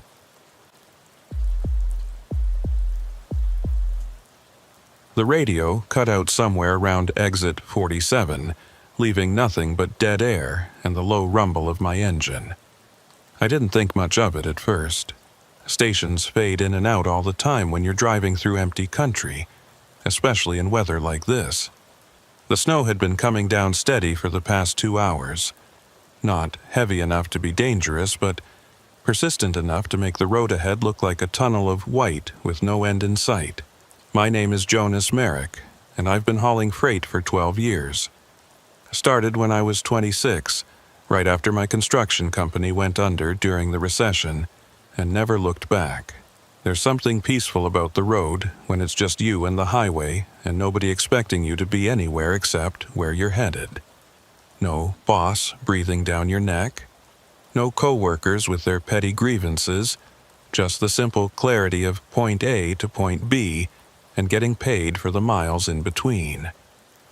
Tonight, I was running a load of industrial equipment from Bismarck down to Denver, farm machinery parts that some distributor needed before the spring planting season. The weight was good, right around 42,000 pounds, and the route was straightforward. Take Highway 85 south through Wyoming, pick up Interstate 25 at Cheyenne, and straight shot into Colorado. Easy money, or it should have been if the weather had cooperated. The first sign that something was off came around 9 p.m. when I saw the orange construction signs. Road closed ahead. Detour 2 miles. I frowned at that, checking the GPS on my phone. There hadn't been any construction warnings when I'd plotted the route that morning, and the highway looked fine. Fresh asphalt, clear lane markings, nothing that suggested recent work. But the signs were official looking, the right shade of orange, the right reflective coating. So I slowed down and started watching for the detour route. The detour signs led me off Highway 85 onto what looked like a county road, 2 lanes running parallel to the main highway but separated by maybe half a mile of empty grassland. The road was in decent shape despite the snow, and I could see my route on the GPS showing I'd rejoin the highway in about 15 miles. Not ideal, but not terrible either. I'd lost maybe 20 minutes and I was still on schedule to make Denver by morning. That's when the radio stations started cutting out one by one. First the country station out of Gillette, then the news station, then the classic rock channel I'd been using to stay awake. I flipped through the dial, searching for anything, but every frequency just gave me static or silence. Even the CB radio was dead quiet, which was unusual. There's always someone talking on the CB, even in the middle of nowhere. Truckers getting lonely, dispatchers checking in, someone warning about speed traps or weather conditions. But tonight, there was nothing. The snow picked up as I drove, the flakes getting larger and falling faster. My wipers struggled to keep the windshield clear, leaving smears of melted snow that refroze into patches of ice at the edges. I cranked the defroster higher and leaned forward in my seat, trying to see the road better. The county road had no streetlights, and my headlights only penetrated maybe 30 yards before the snow swallowed everything. It was like driving through a cloud, disorienting and claustrophobic in a way that made my chest feel tight. I'd been on the detour for about 20 minutes when I saw the lights ahead. A soft glow filtering through the storm, steady and warm. The unmistakable look of a gas station or truck stop. Relief washed over me. I could stop, use the bathroom, grab some coffee, maybe ask whoever was working about the road conditions and when the detour would end. The GPS showed nothing at this location, no businesses or towns marked on the map, but that wasn't unusual out here. Plenty of small, family-run stations that never bothered getting listed on mapping services. The station emerged from the snow like something out of another time. A single island with 2 pumps under a rusted metal canopy, a small building with the yellow light spilling from its windows, and a hand-painted sign that read Calder's Gas and Repair in faded letters. There were no other vehicles in the lot, no signs of recent activity in the snow, but the lights were on, and I could see movement inside the building. Someone was working the overnight shift. I pulled in slowly, my tires crunching over the accumulated snow, and parked near the pumps.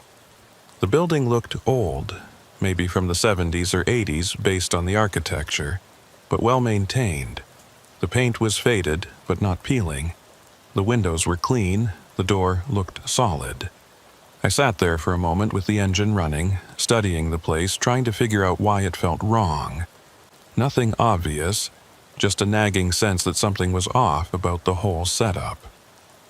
The door to the building opened and a woman stepped out, pulling a heavy coat around her shoulders. She was maybe in her 50s, gray hair pulled back in a ponytail, with the weathered face of someone who'd spent a lifetime in Wyoming winters. She waved at me, a simple gesture of acknowledgement, then headed back inside without waiting for a response. I took that as an invitation. I climbed down from the cab, immediately feeling the bite of the cold. The temperature had dropped into the single digits, and the wind had picked up, driving the snow sideways across the parking lot. I hunched my shoulders and jogged to the building, pushing through the door into blessed warmth. A bell chimed overhead, old-fashioned and tinny, announcing my arrival. The woman was behind the counter, pouring coffee into a styrofoam cup. She looked up as I entered, giving me a quick assessing glance the way people do out here, sizing up whether you're trouble or just another traveler passing through. Whatever she saw must have satisfied her because she nodded and pushed the coffee across the counter toward me. "Figured you could use this," she said. Her voice was rough, like she'd smoked for years or spent too much time breathing cold air. Not many people come through here, especially in weather like this. "Thanks," I said, accepting the coffee gratefully. It was hot enough to burn my tongue, but I didn't care. The warmth spreading through my chest was worth it.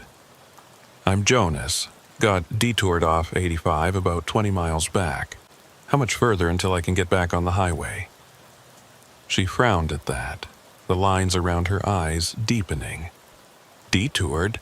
There's no construction on 85, hasn't been for months." That's what the signs said. Orange markers, official looking. Sent me onto this county road. I pulled out my phone, showing her the GPS route. "See, I'm running parallel to the highway, should reconnect somewhere up ahead." She leaned over the counter, studying the screen with the careful attention of someone who didn't quite trust technology.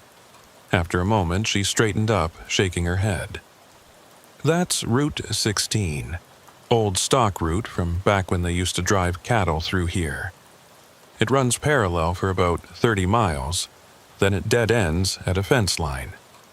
No connection to the highway, never has been." The coffee suddenly felt heavy in my stomach. That can't be right. The detour signs, I'm telling you what I know, she said, her tone gentle but firm. Been running this station for 30 years, Jonas. My husband and I bought it back in '94. Been here ever since. This road doesn't go anywhere except back where you came from or forward to nothing. If you want to get to the highway, you'll need to turn around, head back the way you came. I looked out the window at my truck, at the snow that was already covering my tire tracks, and felt the first real stirring of unease. Turning around meant losing an hour, maybe more in these conditions. It meant backtracking to find wherever I'd gone wrong, then starting over. And the way the weather was deteriorating, I wasn't sure I wanted to risk it. Is there anyone else working tonight? I asked. Maybe someone who knows another way through? Just me, she said. Ruth Calder. My husband passed 2 years ago, heart attack. Haven't been able to find anyone willing to work nights out here, so I do it myself. Not like we get much business anyway. She paused, studying my face. You look tired, Jonas. When's the last time you slept? I'm fine, I said automatically. I need to keep moving. I've got a delivery deadline in Denver. Denver's not going anywhere. But you might if you try driving in this storm without rest. She gestured to the coffee. Why don't you finish that, use the bathroom if you need to, and then we can figure out your best option. The storm's supposed to get worse before it gets better. Might be safer to wait it out here. The idea of stopping, of giving up forward progress, went against every instinct I had as a driver. But she had a point. I was tired, had been driving for 11 hours with only brief stops for fuel and food. And the storm was getting worse, the wind rattling the windows of the station, making the lights flicker slightly with each gust. Maybe an hour's rest wouldn't hurt. Maybe the weather would clear up and I could backtrack without losing too much time. All right, I said, an hour, but then I need to get moving. She smiled, the expression softening her weathered features. Fair enough. Bathroom's in the back, coffee's free, and there's some pre-packaged sandwiches in the cooler if you're hungry. They're not great, but they're edible. I used the bathroom, grabbed a sandwich that tasted like cardboard and mayonnaise, and settled into one of the plastic chairs near the window to eat. Ruth busied herself behind the counter, checking inventory or doing whatever it was gas station attendants did during the slow hours. The only sound was the wind outside and the occasional creak of the building settling. That's when I noticed the generator. It sat in the corner of the room, an industrial unit with a pull-start cord, and it wasn't running. But the lights were on, the cooler was humming, and the place clearly had power. I was about to ask Ruth about it when she spoke first. "Don't mind the generator," she said without looking up from her paperwork. "It's been acting strange lately. Turns on by itself sometimes, middle of the night. Scared me half to death the first few times it happened. Now I just ignore it." "You had someone look at it?" "Had a mechanic out last month. He couldn't find anything wrong with it. Said maybe there was a short in the wiring, some kind of electrical interference, but it keeps happening." She finally looked up, and there was something in her expression I couldn't quite read. Worry, maybe, or unease. You ever feel like a place is trying to tell you something? Like it's got a message, but you can't quite make out what it's saying? I didn't know how to answer that, so I just shrugged and took another bite of my sandwich. But her words stuck with me, echoing in my head. A place trying to tell me something. What would a place need to say? And why would it choose to say it through a generator that turned itself on? The lights flickered again, and this time they went out completely for maybe 3 seconds before coming back on. Ruth cursed under her breath, looking at the ceiling like she could see through it to whatever was causing the problem. "That's new," she muttered. "The lights have been fine. It's always been just the generator." "Maybe you should close up," I suggested. If the power's unstable, you could be at risk. And go where? I live in the apartment upstairs. This is home. Besides, the power'll hold. It always does. But she didn't sound convinced, and I noticed her hands were shaking slightly as she went back to her paperwork.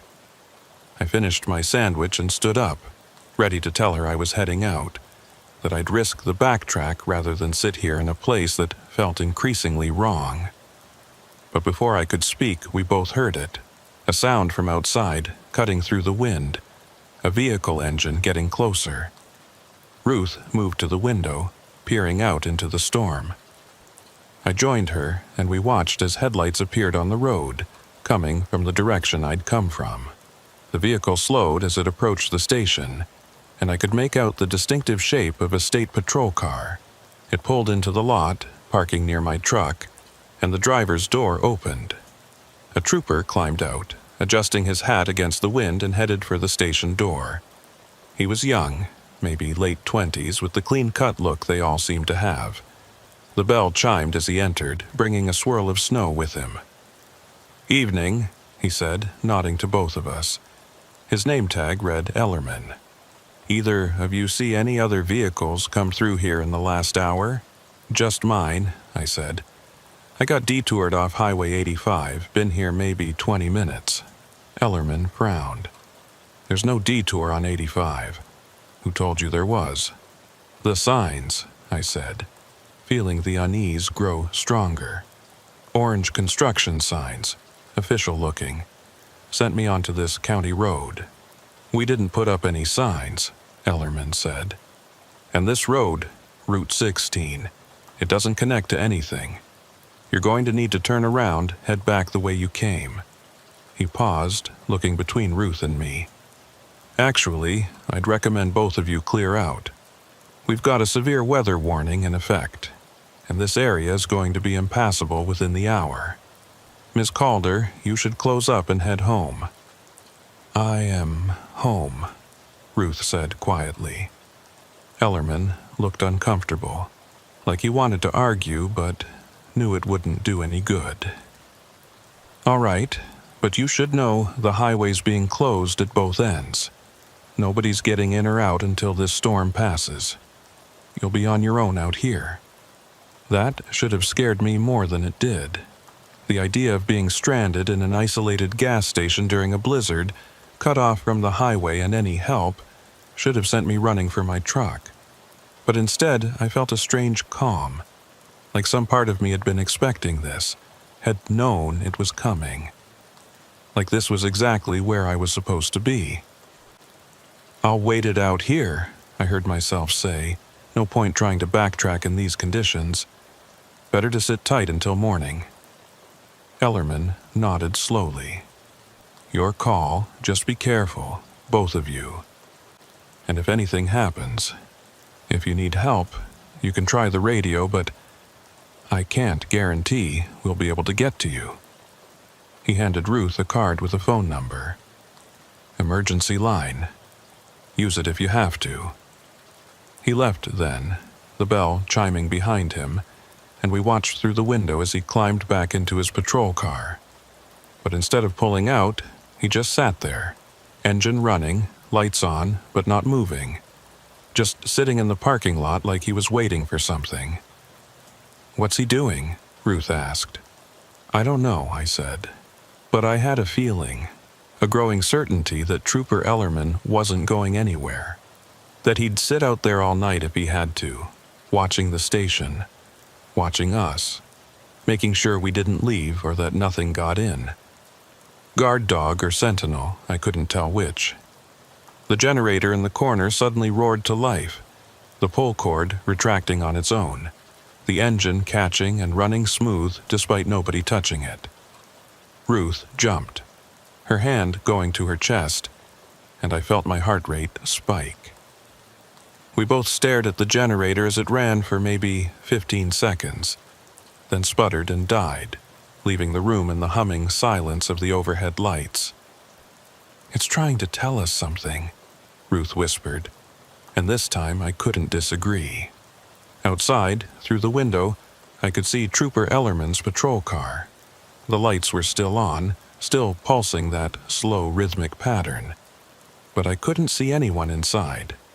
The driver's seat looked empty, the windshield dark despite the interior lights that should have been glowing.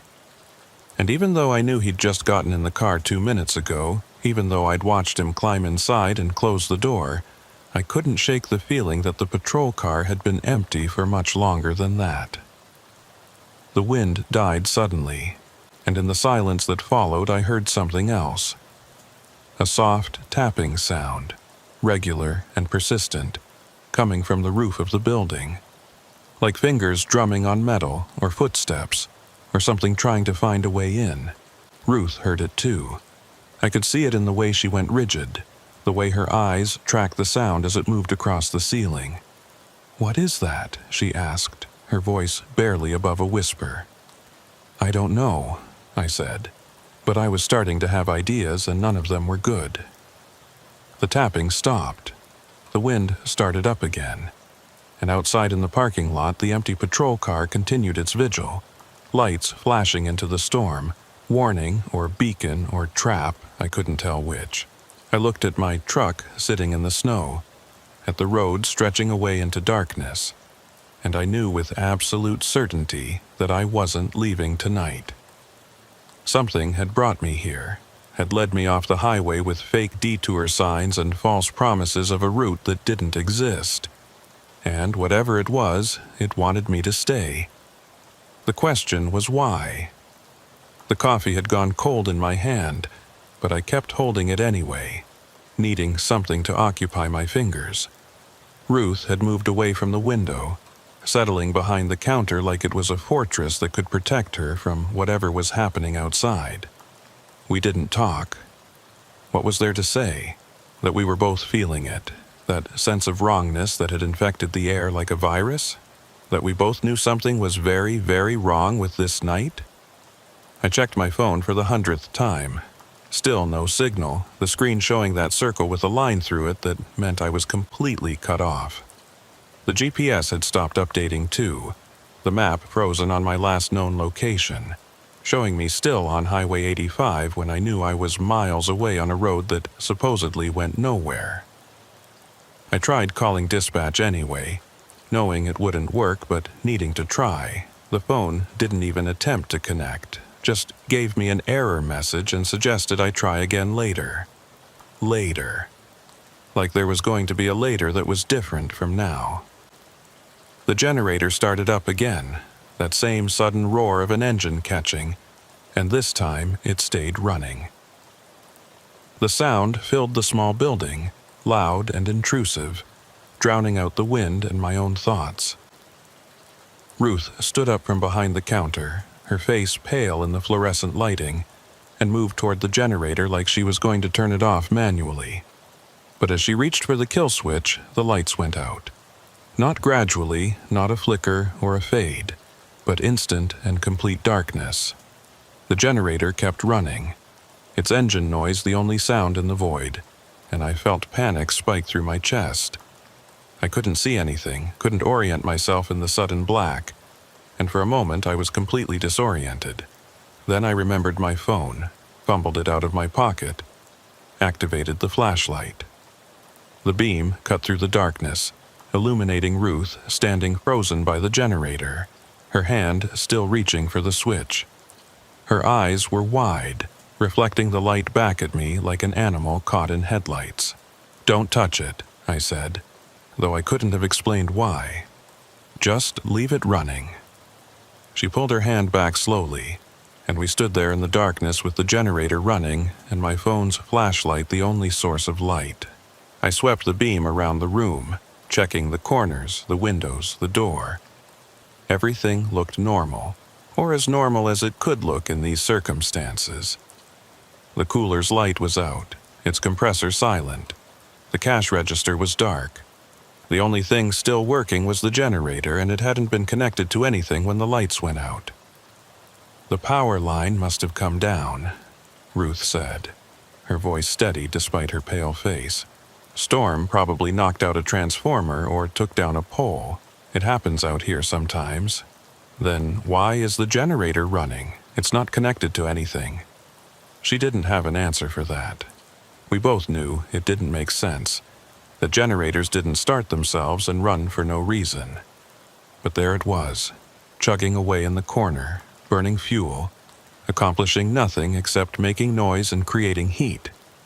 Like it was trying to maintain some kind of presence, to fill the silence with sound so we wouldn't hear what was happening outside. I moved to the window, pressing my face against the cold glass, trying to see out into the parking lot. The patrol car was still there, its lights still flashing, but the pattern had changed. Instead of that slow, rhythmic pulse, they were strobing fast, almost frantic, like an emergency signal or a warning. But the car itself still looked empty, and I couldn't see Trooper Ellerman anywhere. Maybe he went to check the power line, Ruth suggested, but she didn't sound like she believed it. In this weather, without telling us? I shook my head. He's out there somewhere, or he was, I don't know anymore. The tapping on the roof started again, but this time it was different. Louder, more insistent, and moving in a deliberate pattern. Not random impacts from the wind or falling ice, but something that sounded almost like footsteps. Heavy footsteps, crossing the roof from one side to the other, then back again. Pacing. Ruth's hand went to her mouth, and I saw her shoulders trembling. "There's nothing up there," she said, like she was trying to convince herself. "The roof is metal. It's slippery. Nothing could walk on it, especially not in this storm." But we could both hear it, could track the sound as it moved back and forth above us. Whatever was up there was big, and it was taking its time, like it was searching for something. Or waiting for something. The generator's engine changed pitch slightly, running rougher, and I wondered how much fuel it had, how long it could keep going before it ran out and left us in complete darkness and silence. "Do you have candles?" I asked Ruth. "Flashlights? Any kind of emergency lighting?" She nodded, moving behind the counter with practiced efficiency even in the dim light from my phone. She produced a large camping lantern and several smaller flashlights, setting them on the counter. "Battery powered," she said. "Should last for hours if we need them." I helped her turn them on, arranging them around the room to create pools of light. It helped, having that illumination, being able to see the corners and doorways, but it also created shadows, deep pockets of darkness that seemed to move and shift when I wasn't looking directly at them. I told myself it was just the effect of multiple light sources, the way shadows naturally behaved. But I didn't quite believe it. My truck sat outside in the snow, and I thought about making a run for it. I could start the engine, turn on the heater, spend the night in the cab where I'd be mobile if I needed to leave. But something stopped me. The idea of opening that door, of stepping out into the storm with whatever was on the roof and whatever had happened to Trooper Ellerman, filled me with a dread so intense it made my hands shake. I was safer here, inside, with Ruth and the generator and the lights we'd managed to create. Or at least, that's what I told myself. "Tell me about this place," I said to Ruth, needing conversation, needing to hear a human voice that wasn't my own. "You said you've been here 30 years? She nodded, settling into one of the plastic chairs, her hands wrapped around a styrofoam cup of coffee she'd poured before the lights went out. 31 this spring. My husband Tom and I bought it from the previous owner, an old guy named Henderson who'd run it since the 50s. He was ready to retire, wanted to move somewhere warm, and we were looking for a change from city life. Seemed like a good fit. And it's been normal all that time?" She was quiet for a moment, her eyes distant. "Define normal. We've had quiet nights, sure, lots of them. Sometimes we'd go days without seeing another person, but there were always strange little things. Sounds we couldn't explain, equipment that would turn on by itself, Customers who'd stop in and then we'd never see them again, even though this is the only station for 40 miles in any direction. She paused, took a sip of cold coffee. Tom used to say the land remembered things, that places like this, isolated places where not much changes, they hold on to their history, keep it close like a secret. What kind of history? The usual. Native hunting grounds before settlers came through. Cattle drives in the 1800s. The old stock route that ran right where this road is now. There was a town here once, back in the 20s. Little place called Mercy, population maybe 200. Had a general store, a church, a few houses. Then the drought hit and everyone left. And now there's nothing except this station and some foundations you can barely see in the summer when the grass is tall. I thought about that. About a whole town disappearing, leaving nothing but foundations and memories. What happened to the people? Where did they go? Most of them moved on, found work in other places. But some of them stayed, or so the story goes. Refused to leave even when the water dried up and the crops failed. Tom found some old records at the county office once. Death certificates from 1934. 6 people died that winter, all in the same week. Hypothermia, starvation. One woman who just stopped eating according to the doctor's notes. She set down her coffee cup, her hands shaking slightly. They're buried out there somewhere, in ground too frozen to dig deep. Tom always said you could feel them on nights like this, watching, waiting. The wind hit the building hard, rattling the windows, and I heard something else underneath it. A low, moaning sound, like wind through a canyon or voices calling from a great distance. I tried to tell myself it was just the storm, just air moving past the building at odd angles, but it sounded too much like words, like someone trying to communicate through static. The generator coughed, sputtered, and died. The silence that followed was absolute, so complete it felt like a physical presence. I could hear my own heartbeat, could hear Ruth's breathing, could hear the creak and groan of the building settling. And underneath all of that, so faint I might have imagined it, I heard footsteps. Not on the roof this time. Outside, in the snow. Moving around the building in a slow circuit. "Do you hear that?" Ruth whispered. "Yeah," I said, though I wished I didn't. We sat there in the flickering light of the battery-powered lanterns, listening to those footsteps circle the building once, twice, 3 times. They never stopped, never paused, just kept that steady rhythm like someone on patrol, or like someone searching for a way in. I found myself counting the steps, trying to figure out how many there were, how big the person making them must be. But the numbers never quite added up. The pattern never quite resolved into something that made sense. My phone buzzed in my pocket, making me jump. I pulled it out, saw I had a text message, which shouldn't have been possible with no signal. The message was from a number I didn't recognize, just a string of digits that looked random. The content was a single sentence, "Don't go outside." I showed it to Ruth, my hand shaking. She read it, her face going even paler if that was possible. "Who sent that?"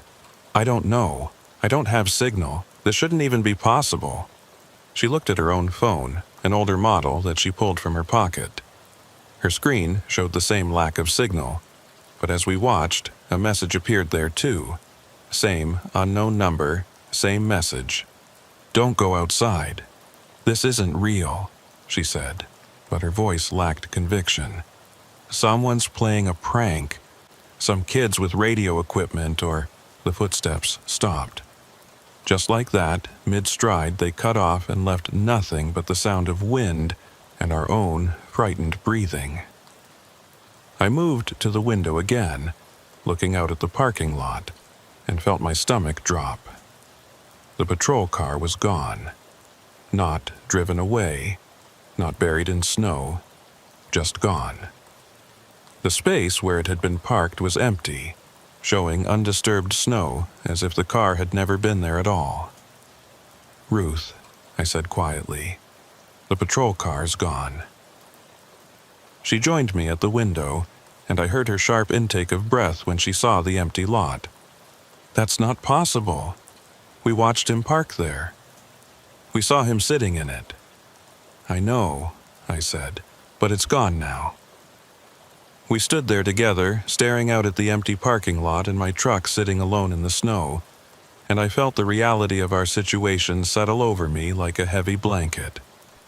We were trapped here, cut off from the outside world, with no way to call for help and no understanding of what was happening. The road I'd taken didn't exist on any map. The patrol car that had been guarding us had vanished, and something was circling the building in the dark. And somewhere, out there in the storm, Trooper Ellerman was either lost or worse. The lights came back on. All at once, no warning, just sudden illumination that made us both cry out in surprise. The fluorescents buzzed overhead. The cooler hummed back to life. The cash register beeped as it rebooted. Everything was exactly as it had been before the power went out, except for one thing. The generator was still off. Stone cold, like it hadn't been running at all. I walked over to it, touched the engine casing, and felt no residual heat. It was freezing, the metal so cold it burned my fingers. But I'd heard it running, had listened to it chug away for 15 minutes before it died. There should have been some warmth left, some sign it had been operating. "This doesn't make sense," I said out loud, more to myself than to Ruth. "None of it makes sense," she replied. She was looking at the window again, at my truck sitting in the lot. "Jonas, look at your truck." I turned, following her gaze, and felt my blood turn to ice. My truck was in a different position, not by much, maybe 3 or 4 feet to the left of where I'd parked it, but definitely moved. And in the snow around it, I could see shapes, not tire tracks or footprints, but impressions, like something had been pressing against the sides of the trailer, testing it, looking for a way in. "I need to check my load," I said, moving toward the door before I could think better of it. "If something's tampered with it, if the seal is broken, I could lose the whole shipment." Ruth grabbed my arm, her grip surprisingly strong. "Did you not see the message? Don't go outside. Whatever's out there, whatever made those marks, it's still close. I have to check. That's 42,000 pounds of equipment, worth more than I make in a year. If it's damaged, if I can't deliver it, I'm liable." I pulled free of her grip, gently but firmly. "I'll be quick. 2 minutes to check the seal, then I'm back inside." "Jonas, please." But I was already opening the door, already stepping out into the cold that hit me like a fist. The wind had died down, leaving the air still and frozen, and the snow had stopped falling. The silence was unnatural, oppressive, like the world was holding its breath. I could see my breath frosting in front of me, could feel the cold working its way through my jacket in seconds. I jogged to my truck, my boots crunching in the snow, and moved along the passenger side toward the trailer. The impressions Ruth had seen were still visible. Dark shapes pressed into the snow against the trailer's side. They looked like handprints, dozens of them, but wrong, too large, too many fingers, arranged in patterns that hurt to look at. I forced my eyes away from them, focused on the trailer doors. The seal was intact. The little plastic tag with its unique number still hung from the lock, unbroken, exactly as it should be. Relief washed over me. Whatever had been testing the trailer, it hadn't gotten inside. The load was secure. I could still make my delivery, assuming I ever got out of here. That's when I felt it. A touch on my shoulder, light and cold, like someone had pressed their hand against my jacket. I spun around, heart hammering, but there was nothing there. Just empty parking lot and falling snow that I was certain had stopped a moment ago, but was now coming down thick and heavy again. Another touch, this time on the back of my neck. I whirled again, and this time I saw something. A shape in the snow, barely visible, like a distortion in the air. Human-sized, but not human-shaped, moving closer with each second. I backed away, bumping into the trailer, and heard a sound that made my skin crawl. Breathing. Slow and deliberate, right next to my ear, but still nothing visible. I ran, didn't think, didn't plan, just bolted for the station door 20 yards away. Behind me, I heard footsteps in the snow matching my pace, staying close. I could feel its presence, could sense it reaching for me. And I knew if it touched me again, if it made solid contact, something very bad would happen. Ruth had the door open, was screaming at me to hurry, and I dove through the opening just as something brushed against my back. The door slammed shut behind me, Ruth throwing her weight against it, and we heard a thump as whatever had been chasing me hit the other side. Then silence. I lay on the floor, gasping, my heart racing so fast I thought it might burst. Ruth was shaking, her back still pressed against the door, her eyes wide with terror. "What was that?" she asked. "What did you see?" "I don't know," I managed between breaths. "Something. Almost nothing. It was barely there, like it was trying to become visible but couldn't quite manage it." "Did it touch you?" I thought about that light pressure on my shoulder, on my neck. The way it had felt cold but also electric, like a static shock that went on too long. "Twice," I said. "But it didn't get a solid grip. I got away before it could." She looked at my jacket, at my neck, and I saw her face go even paler. "Jonas, your coat." I looked down and saw what she was seeing. Where the thing had touched me, the fabric of my jacket had changed. It was covered in frost, ice crystals spreading out from two distinct handprint shapes, growing even as I watched. The frost was getting thicker, harder, spreading down my sleeve and across my back. I ripped the jacket off, threw it across the room, and watched as the frost continued to grow, covering the entire garment in a matter of seconds until it was rigid and frozen solid. "What the hell is happening?" I asked, though I didn't expect an answer. Ruth was looking at the window, at something outside, and when she spoke, her voice was flat and distant. "They're here," she said. "All of them. Everyone who stayed when Mercy died. They've been out there all along, waiting, and now they want in." I moved to the window to see what she was seeing, and immediately wished I hadn't. The parking lot wasn't empty anymore. It was full of shapes, dozens of them, barely visible in the falling snow. Human-shaped, but wrong, moving with an unnatural stillness, all facing the station, all watching us. And in the middle of them all, standing next to my truck, I saw Trooper Ellerman, or what used to be Trooper Ellerman. He was covered in that same frost I'd seen on my jacket, ice growing on his uniform. His face frozen in an expression of shock and horror. He was looking right at me, and his mouth was moving, forming words I couldn't hear through the glass. Ruth grabbed my arm, pulled me away from the window. "Don't look at them, don't make eye contact. Tom told me that once, back when he was still alive. On nights when he felt them watching, he'd close all the curtains and refuse to look outside. Said if you looked at them too long, they'd know you could see them and then they'd never leave you alone." "I think it's a little late for that," I said, but I let her pull me away from the window anyway. The building shook. Not from wind, but from impact, like something large had thrown itself against the wall. Then another impact, and another coming from different directions. The shapes outside were testing the structure, looking for weak points, trying to find a way in.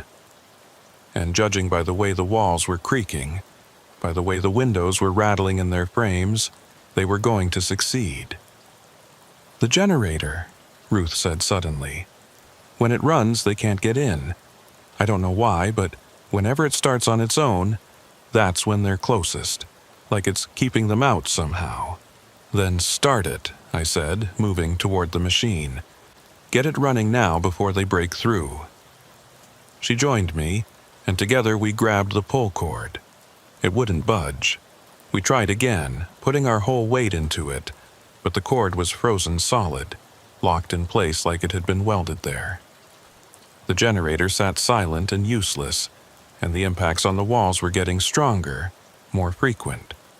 Something was going to give way soon, and then we'd be completely exposed. My phone buzzed again. Another message, same unknown number. The basement. Go down. Do you have a basement? I asked Ruth. She nodded slowly. Under the counter. Trapdoor leads down to a root cellar Tom built when we first bought the place, but it's tiny, barely 6 feet square. We haven't used it in years. Show me. We ran to the counter, and Ruth pulled away a worn rug to reveal a wooden trapdoor with an iron ring. I grabbed the ring and pulled, and the door came up easily, revealing a wooden ladder descending into darkness. The smell that came up was old and musty, earth and cold and something else I couldn't identify. But it was shelter, and right now that was all that mattered. Go, I said to Ruth. I'll follow you down. She hesitated, looking at the trapdoor like it was a grave she was being asked to climb into. But another impact hit the wall, this one hard enough to crack one of the windows, and that decided her. She climbed down the ladder, and I followed, pulling the trapdoor closed above us just as I heard the front door of the station splinter and break. We huddled in the darkness of the root cellar, listening to the sounds above us. Footsteps, dozens of them, moving through the station. The crash of shelving being knocked over, the shatter of glass, the metallic screech of the cooler door being torn from its hinges. They were destroying everything, searching, hunting for us. And then, right above our hiding spot, the footsteps stopped. I held my breath, felt Ruth do the same beside me. We waited in perfect silence, knowing that whoever or whatever was up there could hear us if we made even the slightest sound. The trapdoor creaked, just a little, like someone was testing its weight, seeing if it would hold. Ruth's hand found mine in the darkness, gripped it tight enough to hurt. The trapdoor creaked again, and I saw a thin line of light appear around its edges as it began to lift. Then the generator started. I heard it clearly, even from down here, that sudden roar of an engine catching, and the footsteps above us scattered, retreating, fleeing the sound. The trapdoor settled back into place, and the sounds of destruction stopped. We waited in the dark, holding hands, listening to the generator run somewhere above us. And for the first time in hours, I felt something that might have been hope. Maybe we'd survive this night after all. We stayed in the basement for what felt like hours but was probably closer to 30 minutes. The generator kept running, its steady engine noise filtering down through the floorboards above us, and gradually the sounds of movement in the station ceased. Either the things outside had left, or they were waiting, patient and silent, for the generator to stop running again. Ruth still held my hand, and I could feel her trembling. My flashlight app was still on, providing just enough light to see the cramped space we'd taken refuge in. The root cellar was exactly as she'd described, 6 feet square, maybe 7 feet deep, with earthen walls and a dirt floor. Wooden shelves lined 2 walls, holding dusty mason jars filled with what looked like preserved vegetables from years ago. Some of the jars had broken, their contents rotted into dark sludge that gave off a faint smell of decay. "My husband built this," Ruth said quietly, breaking the silence. Said every station needed a safe place, somewhere to hide if things went bad. I always thought he meant robbers or criminals, people passing through with bad intentions. Never imagined. She trailed off, unable or unwilling to finish the thought. "How long have they been out there?" I asked. "The things from Mercy. How long have you known about them?" She was quiet for a long moment, and when she spoke, her voice was distant, like she was remembering something she'd tried very hard to forget. "The first time I saw them was about 6 months after we bought the station. Late winter night, a lot like tonight. Tom and I were both working, and the generator started up on its own like it's been doing lately. We went to check it, and when we looked outside, we saw them. Just shapes in the snow at first, barely visible. But as we watched, they got clearer, more defined. We could see their faces, or what used to be faces." She shuddered, and I felt the tremor run through her hand into mine. Tom recognized one of them. An old-timer he'd talked to when we first arrived, local historian who'd told him all about Mercy and what happened there. Guy had died 2 years before we showed up, but there he was, standing in our parking lot looking up at the windows. After that night, we made a rule. When the generator starts on its own, we don't look outside. We just wait for it to stop, and then we go about our business like nothing happened. "But it got worse," I said. It wasn't a question. "Yeah, over the years they started appearing more frequently. The generator would run almost every night by the end, and they'd get closer to the building, pressing against the walls, testing the windows. Tom said they were getting stronger, that something about this place was feeding them, giving them more presence. He wanted to leave, to sell the station and move on. But who'd buy it? Who'd want a place that's haunted by people who died 90 years ago?" A sound from above made us both freeze. Footsteps again, but different this time. Heavier, more deliberate. Human footsteps. Someone walking across the floor with purpose, heading toward the counter where the trapdoor was hidden. Ruth's grip on my hand tightened to the point of pain. "Ruth," a male voice called out. "Ruth, are you down there? It's me. It's Troy Ellerman. The station's clear now. It's safe to come up." We didn't move, didn't respond. Because I'd seen Trooper Ellerman outside, covered in frost, his face frozen in that horrible expression. Whatever was calling to us now might sound like him, might even believe it was him, but it wasn't. It was something else wearing his voice like a disguise. "I know you're down there," the voice continued. "I can hear you breathing. You need to come up now, Ruth. The basement isn't safe. The walls are starting to collapse. You'll be buried if you stay down there." I looked at the earthen walls surrounding us. They looked solid, stable, exactly as old as they should be without any signs of imminent collapse. It was lying, trying to scare us into revealing ourselves.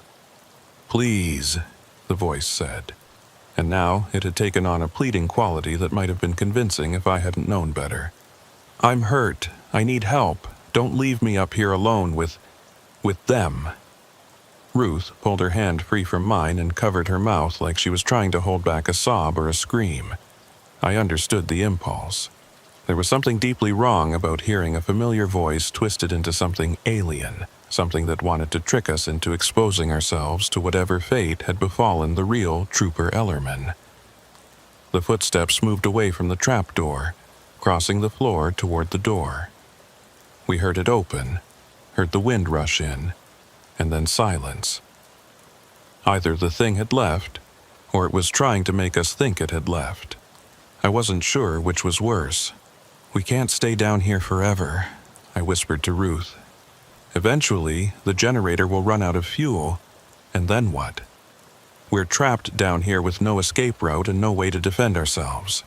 "I know," she whispered back, "but I don't know what else to do. Every time we go up there, every time we try to leave or call for help, something stops us. It's like we're caught in a trap that we can't even see, and the more we struggle, the tighter it gets." My phone buzzed, making us both jump in the confined space. I pulled it out, saw another message from that unknown number. "The generator will run for 16 more minutes. When it stops, they will come for you. There is a way out, but you must move now. I showed the message to Ruth. She read it, her expression cycling through confusion, fear, and finally something that might have been desperate hope. "Who's sending these?" she asked. "Who even knows we're down here?" "I don't know, but they've been right so far. Don't go outside, go to the basement." Both of those messages kept us alive. Maybe we should listen to this one too. What way out? There's only one exit from this cellar, and it leads right back into the station where those things are waiting. I pointed my flashlight around the cellar, examining the walls more carefully. The earthen sides were packed hard from decades of compression, but in one corner, behind a set of old wooden shelves, I thought I saw something. A darker patch, like the earth was disturbed there. I moved closer, pushing the shelves aside with a screech of wood on wood that made us both wince. Behind the shelves was a wooden door, old and weathered, set into the earthen wall.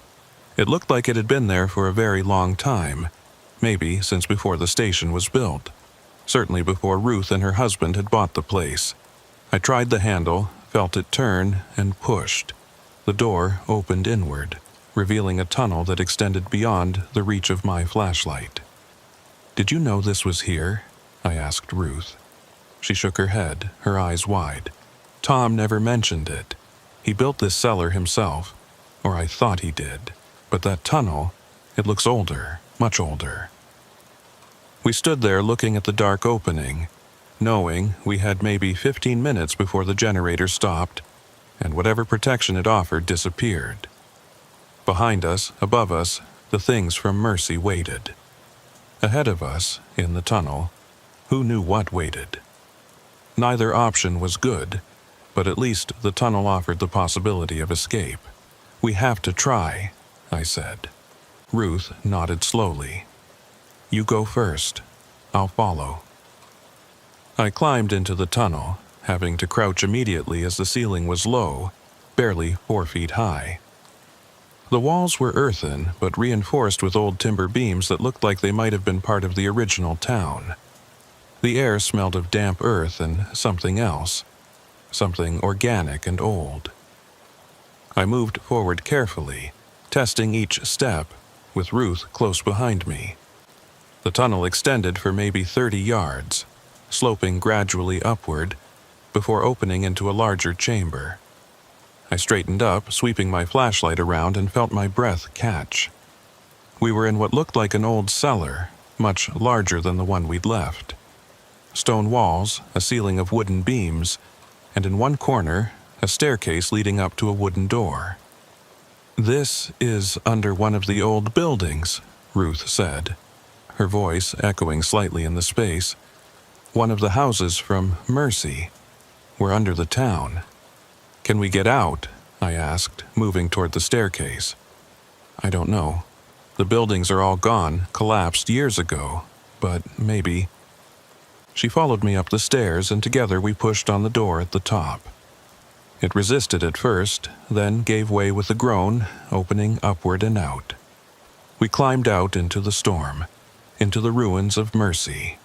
The snow had stopped again, leaving the air clear and bitterly cold, and in the moonlight that had broken through the clouds I could see the remains of the town. Foundations of houses, the skeletal frame of what might have been a church, the outline of streets buried under decades of dirt and snow. It was all here, all of it, just invisible from the road, hidden, and standing among the ruins arranged in precise rows like they were attending some kind of ceremony, were the shapes. Dozens of them, maybe more, all frozen in place, all facing the same direction, all facing us. Ruth grabbed my arm, pulling me back toward the cellar door, but I was transfixed, because in the moonlight I could see them clearly now, could see what they really were, not ghosts or spirits or hallucinations.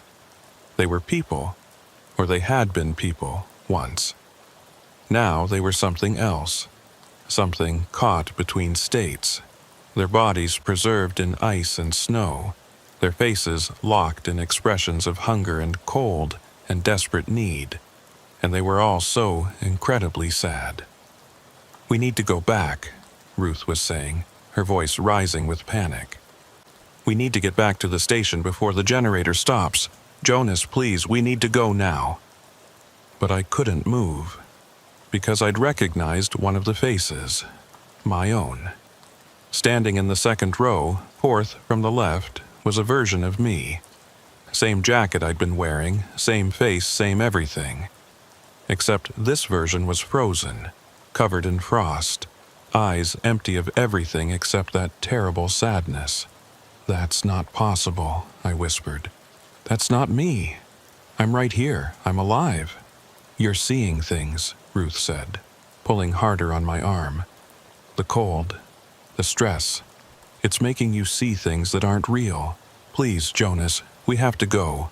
I let her pull me back toward the cellar door, but I couldn't take my eyes off that frozen figure. It looked exactly like me. Exactly. Down to the scar on my left hand from a motorcycle accident when I was 19, down to the way my hair curled slightly at the temple. It was me.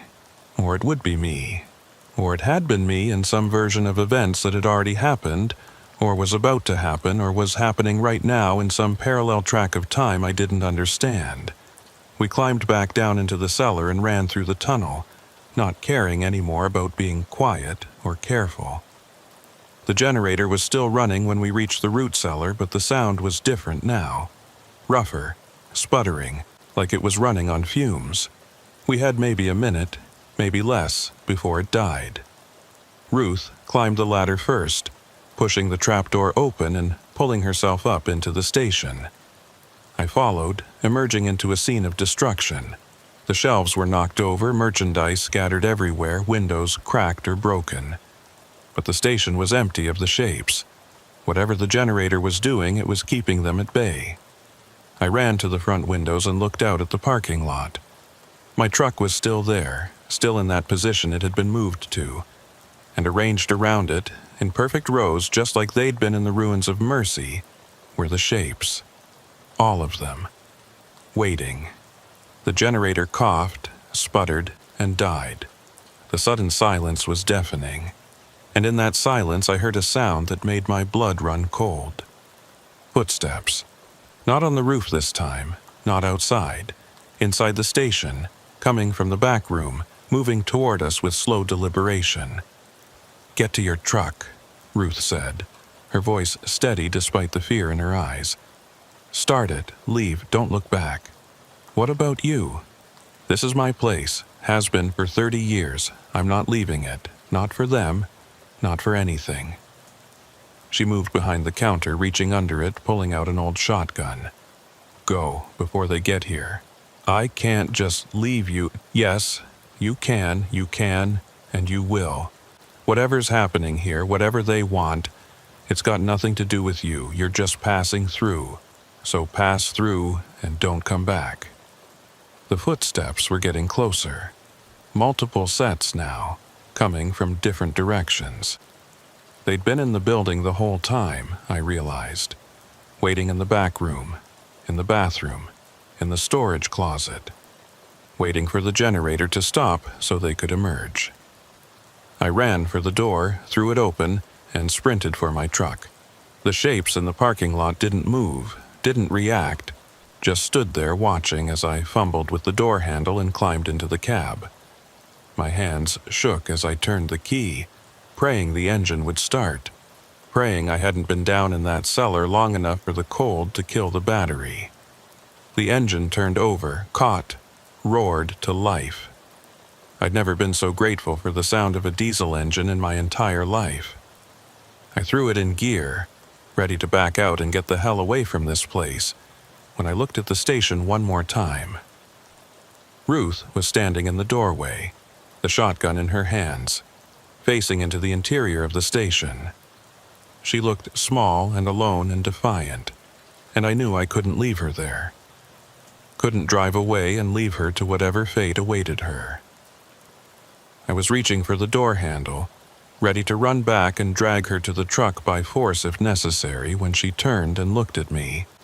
Even from this distance, Even in the poor light, I could see her expression. She was smiling, sad, resigned, but smiling, and she mouthed 2 words, "Go now." Then she raised the shotgun and fired into the darkness behind her. The shapes in the parking lot surged forward, moving as one, flowing toward the station like water finding the path of least resistance. I had maybe 5 seconds before they cut off my escape route. I backed out, tires spinning in the snow, and got the truck pointed toward the road. The last thing I saw as I pulled away was Ruth, still standing in that doorway, still firing, holding them back for just a few more precious seconds, buying me time to escape. I drove, fast as I dared on the snow-covered road, fighting the truck's tendency to fishtail, keeping my eyes on the white lines when I could see them. Behind me, in the rearview mirror, I saw the station's lights go out one by one. And then there was only darkness, and I was alone on a road that shouldn't exist, heading toward a highway I wasn't sure I'd ever find. I drove for an hour straight, maybe more, not slowing down, not stopping, just putting distance between myself and that station. The county road stretched on endlessly, exactly as Ruth had said it would, running parallel to Highway 85 but never reconnecting. No intersections, no side roads, no signs of civilization. Just empty white expanse on both sides and the road ahead disappearing into darkness. The fuel gauge dropped steadily.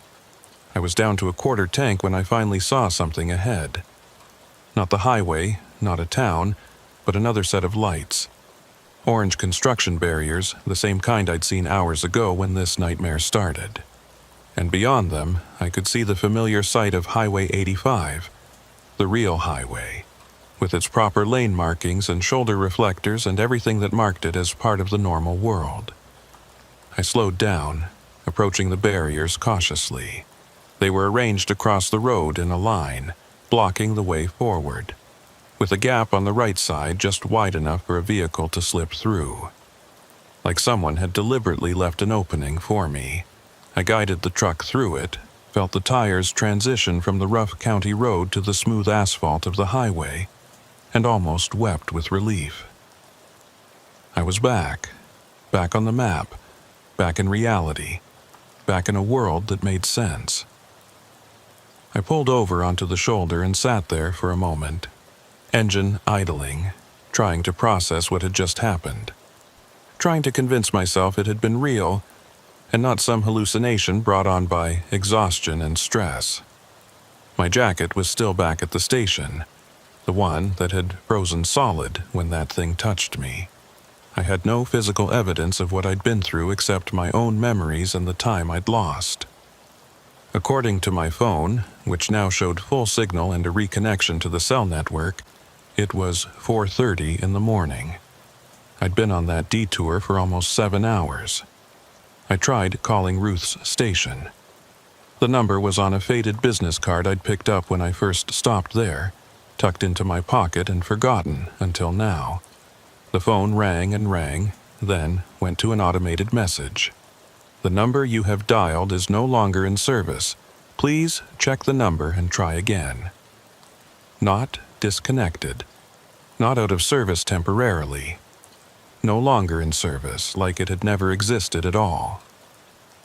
I pulled up GPS, tried to search for Calder's Gas and Repair. No results. Tried gas stations on Route 16, Wyoming.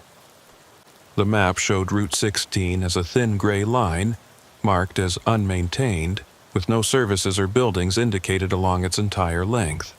According to the database, there was nothing there. Had never been anything there. But I'd been there.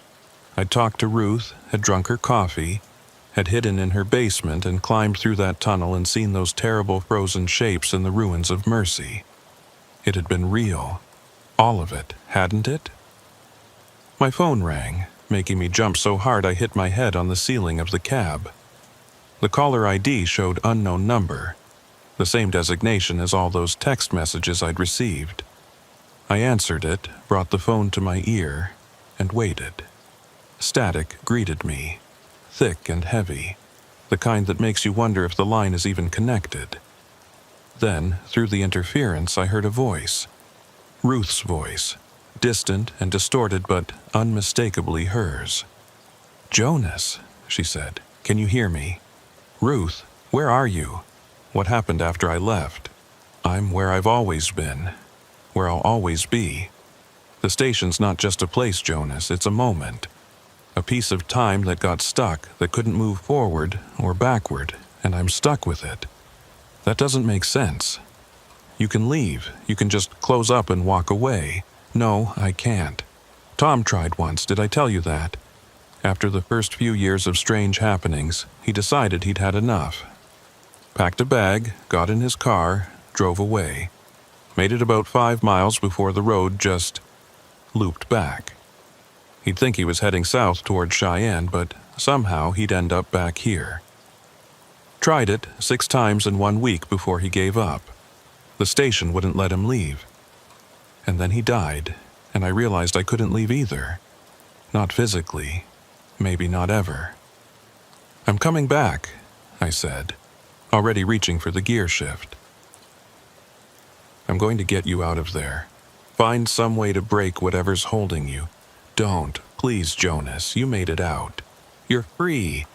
That's more than most people who find this place can say. Don't throw that away trying to save someone who's already gone. You're not gone. You're right there on the phone. You're talking to me. I'm an echo," she said softly. "A recording that plays when someone needs to hear it." The real Ruth Calder died 2 years ago. Same heart attack that killed my husband. They found us in the station, both of us behind the counter.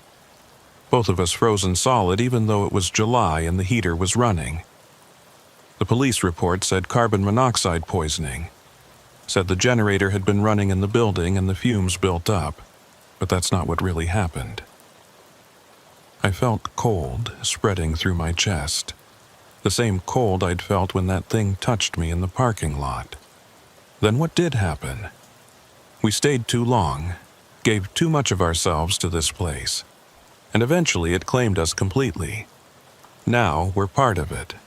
Tom and me and everyone else from Mercy who refused to leave when they should have.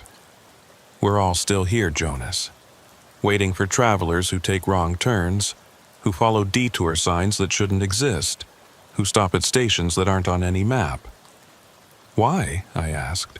"What's the point? Why trap people? Why any of this?" "Lonely places get hungry," Ruth said. "Empty places need to be filled. Route 16 used to be something, used to have a purpose. Now it's just a ghost road, and ghost roads need ghost travelers to keep existing. You were supposed to stay, Jonas, supposed to join us.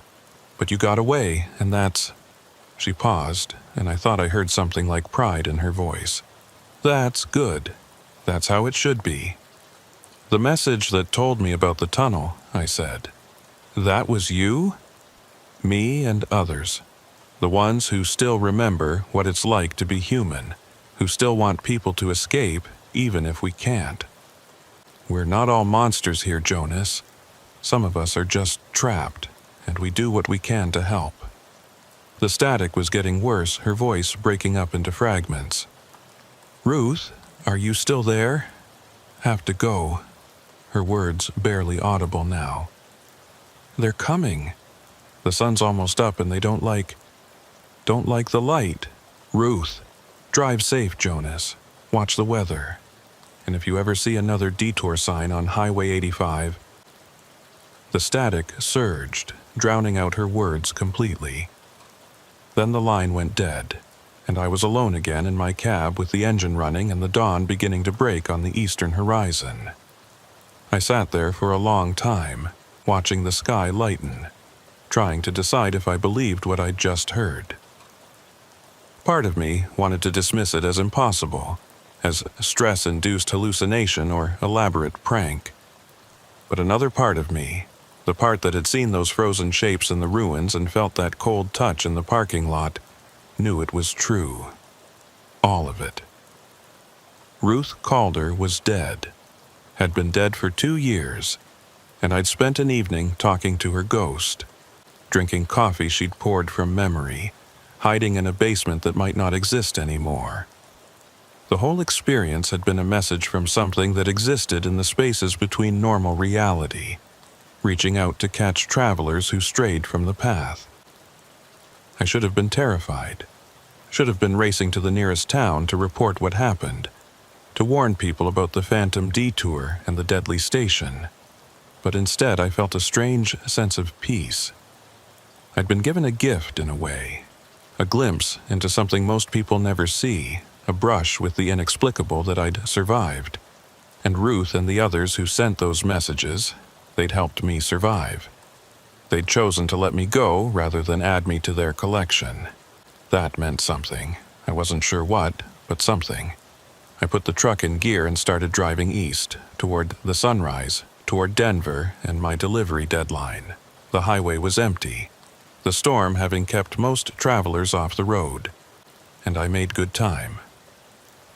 By the time I reached Cheyenne 2 hours later, I'd almost convinced myself the whole thing had been a dream. Almost. But when I stopped to fuel up at a truck plaza on the outskirts of the city, when I went inside to pay and grab some coffee, I saw something that stopped me in my tracks. On the wall behind the counter, among the usual collection of old photographs and memorabilia that every truck stop seems to have, was a picture in a dusty frame. The photo showed a gas station from decades ago, with a couple standing in front of it smiling at the camera. The woman was younger in the photo, her hair darker, but I recognized her immediately. Ruth Calder. And the man next to her, arm around her shoulders, must have been Tom. They looked happy, optimistic, like people starting a new adventure together, like people who had no idea what the next 30 years would bring. Under the photo was a small brass plaque. Calder's Gas and Repair, Route 16, 1994, 2023. In memory of Ruth and Tom Calder, who served travelers for 29 years. I stood there staring at that photo for a long time, until the clerk asked if I was all right. I paid for my fuel and coffee, made some excuse about being tired, and went back to my truck. But I couldn't stop looking at that photograph in my mind. The way Ruth had smiled, the way Tom had his arm around her like he was protecting her from something. Had they known, even back then? Had they felt the strangeness of that place from the beginning, or had it crept up on them slowly over the years? As I climbed back into my cab, I noticed an older driver at the next pump, a man in his 60s with a weathered face and the cautious eyes of someone who'd spent too many years on dangerous roads. He was watching me, and when our eyes met, he nodded slightly and walked over. "You all right, son?" he asked. "You look like you've seen something you weren't meant to see." I almost brushed him off, almost told him I was fine, and drove away. But something in his expression, some understanding or recognition, made me hesitate. "You ever drive Route 16?" I asked. The old, stock route that runs parallel to 85. His expression changed instantly. The casual concern vanished, replaced by something harder and more wary. "Once," he said quietly. 20 years ago. Never again." He looked around the parking lot like he was checking to make sure no one else was listening. "You stopped at the station, didn't you? Calder's place. How did you know?" "Because I did the same thing, different storm, different year, but the same detour signs, the same phantom exit. I spent 4 hours in that station with Ruth and Tom, and when I finally got back to the highway, I looked them up." He paused, his jaw working like he was chewing on something bitter. "They'd been dead for 3 years when I met them. Carbon monoxide," the report said. "But you and I both know that's not what killed them." A chill ran through me that had nothing to do with the winter morning. "What do you think it was?" "The road," he said simply. "That whole stretch is cursed, has been since Mercy died. The people who refused to leave, who stayed until the cold and hunger took them, they're still there in some form. And they pull in travelers, try to make them stay too. I think Ruth and Tom fought it for years, tried to help people escape like they helped you and me. But eventually the place claimed them anyway. Did you... I hesitated, not sure how to ask. Did you see yourself there? Among the frozen shapes? His eyes widened slightly, and I knew I'd struck a nerve. In the ruins, yeah. I saw a version of me standing there with the others. Tom told me it was a warning, showed what would happen if I stayed too long. I got out that night and never went back. He looked at my truck, at the load I was carrying. You're headed to Denver. Yeah, delivery by noon. Then you better get moving. And when you're done, when you're heading back north, take a different route. Take 25 through Colorado, or go west to Utah and come up through Idaho. Don't go near 85 in Wyoming, don't even think about it. I wasn't planning to. Good, because here's what they don't tell you about that place. He leaned in closer, his voice dropping to barely above a whisper. It marks you. Once you've been there, once you've seen it and escaped, it knows you.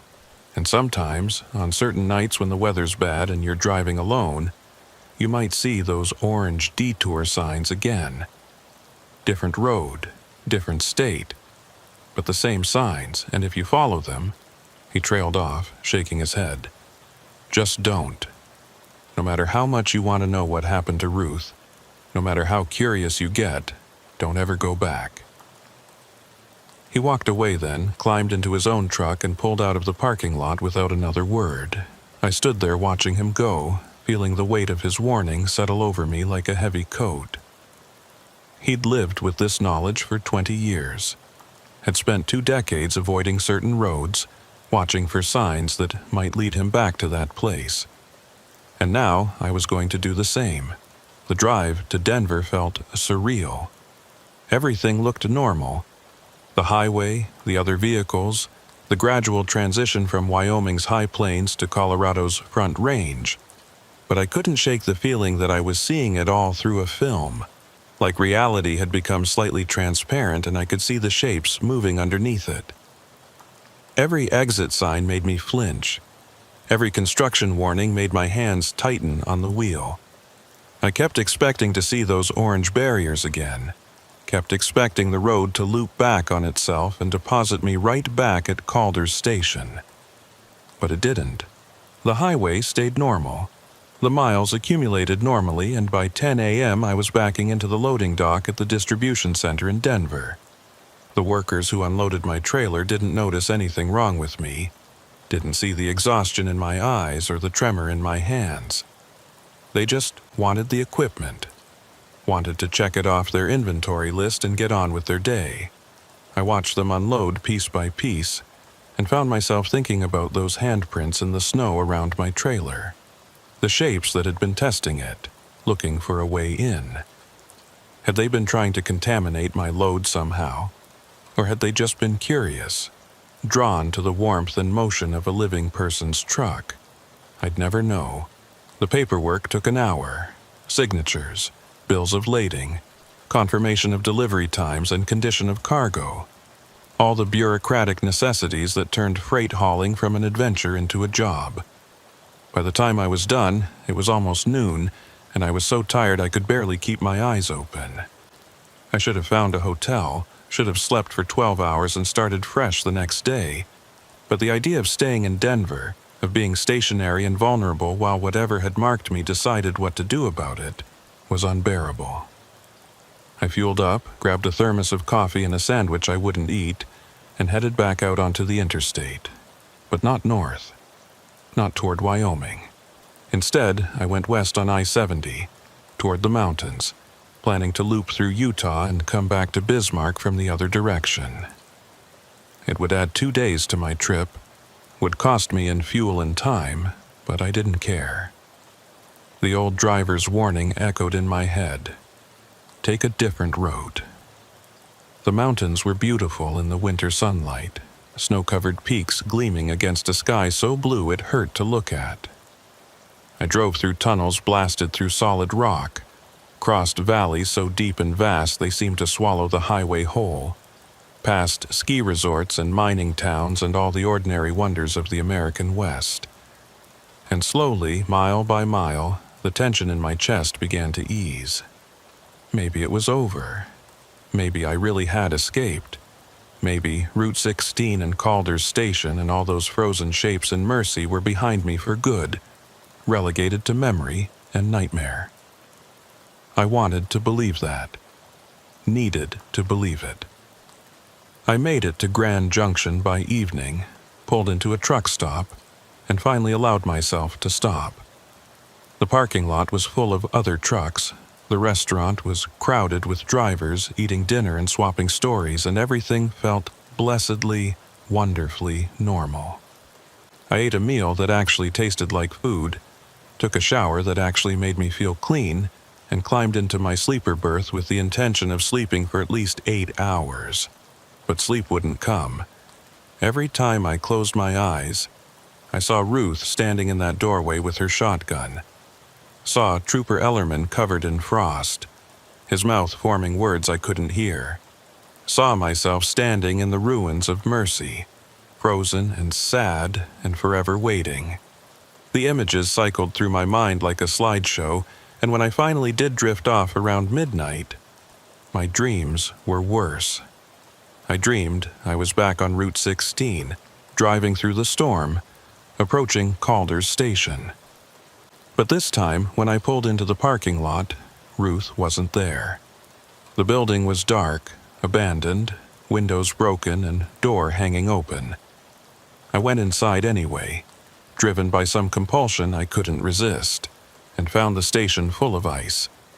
Not just frost or cold, but actual ice, coating every surface, hanging from the ceiling in massive stalactites, covering the floor in a slick sheet that reflected my flashlight beam back at me in fractured patterns, and in the ice I could see shapes, preserved like insects in amber, dozens of them, maybe hundreds, all the travelers who'd stopped here over the years, all the ones who hadn't escaped.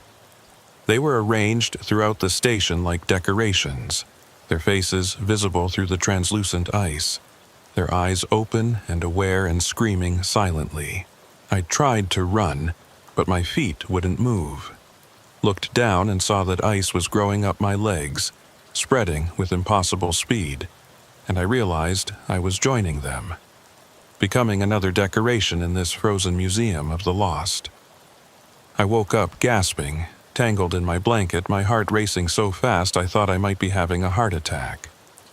The sleeper berth was dark and warm and safe, but I couldn't shake the feeling of that ice creeping up my legs. I turned on the light, checked my legs to make sure they were fine, and sat there for a long time trying to calm down. Just a dream. Just stress and trauma manifesting in my subconscious. It didn't mean anything, but when I finally climbed out of the sleeper and got ready to start driving again, when I looked in the small mirror mounted on the wall, I saw something that made my blood run cold. There, on my neck, right where that thing had touched me in the parking lot, was a mark. Not a bruise or a scratch, but something else. A pattern of frost, delicate and intricate, like someone had drawn on my skin with ice crystals. It was small, no bigger than a silver dollar, but it was there. Proof that what had happened on Route 16 was real. I touched it with trembling fingers, felt normal skin temperature, normal texture. But the pattern remained visible, a permanent reminder of my brush with whatever existed in that strange space between roads. I pulled my collar up, hiding it from view, and told myself it would fade. That it was just temporary, just a reaction to cold or stress or something. But deep down, I knew better. The old driver had said the place marked you. And here was my mark, worn on my skin like a brand, announcing to anything that cared to look that I'd been touched by the ghosts of Route 16. I drove west through Utah, trying to put as much distance as possible between myself and Wyoming. The mark on my neck didn't fade.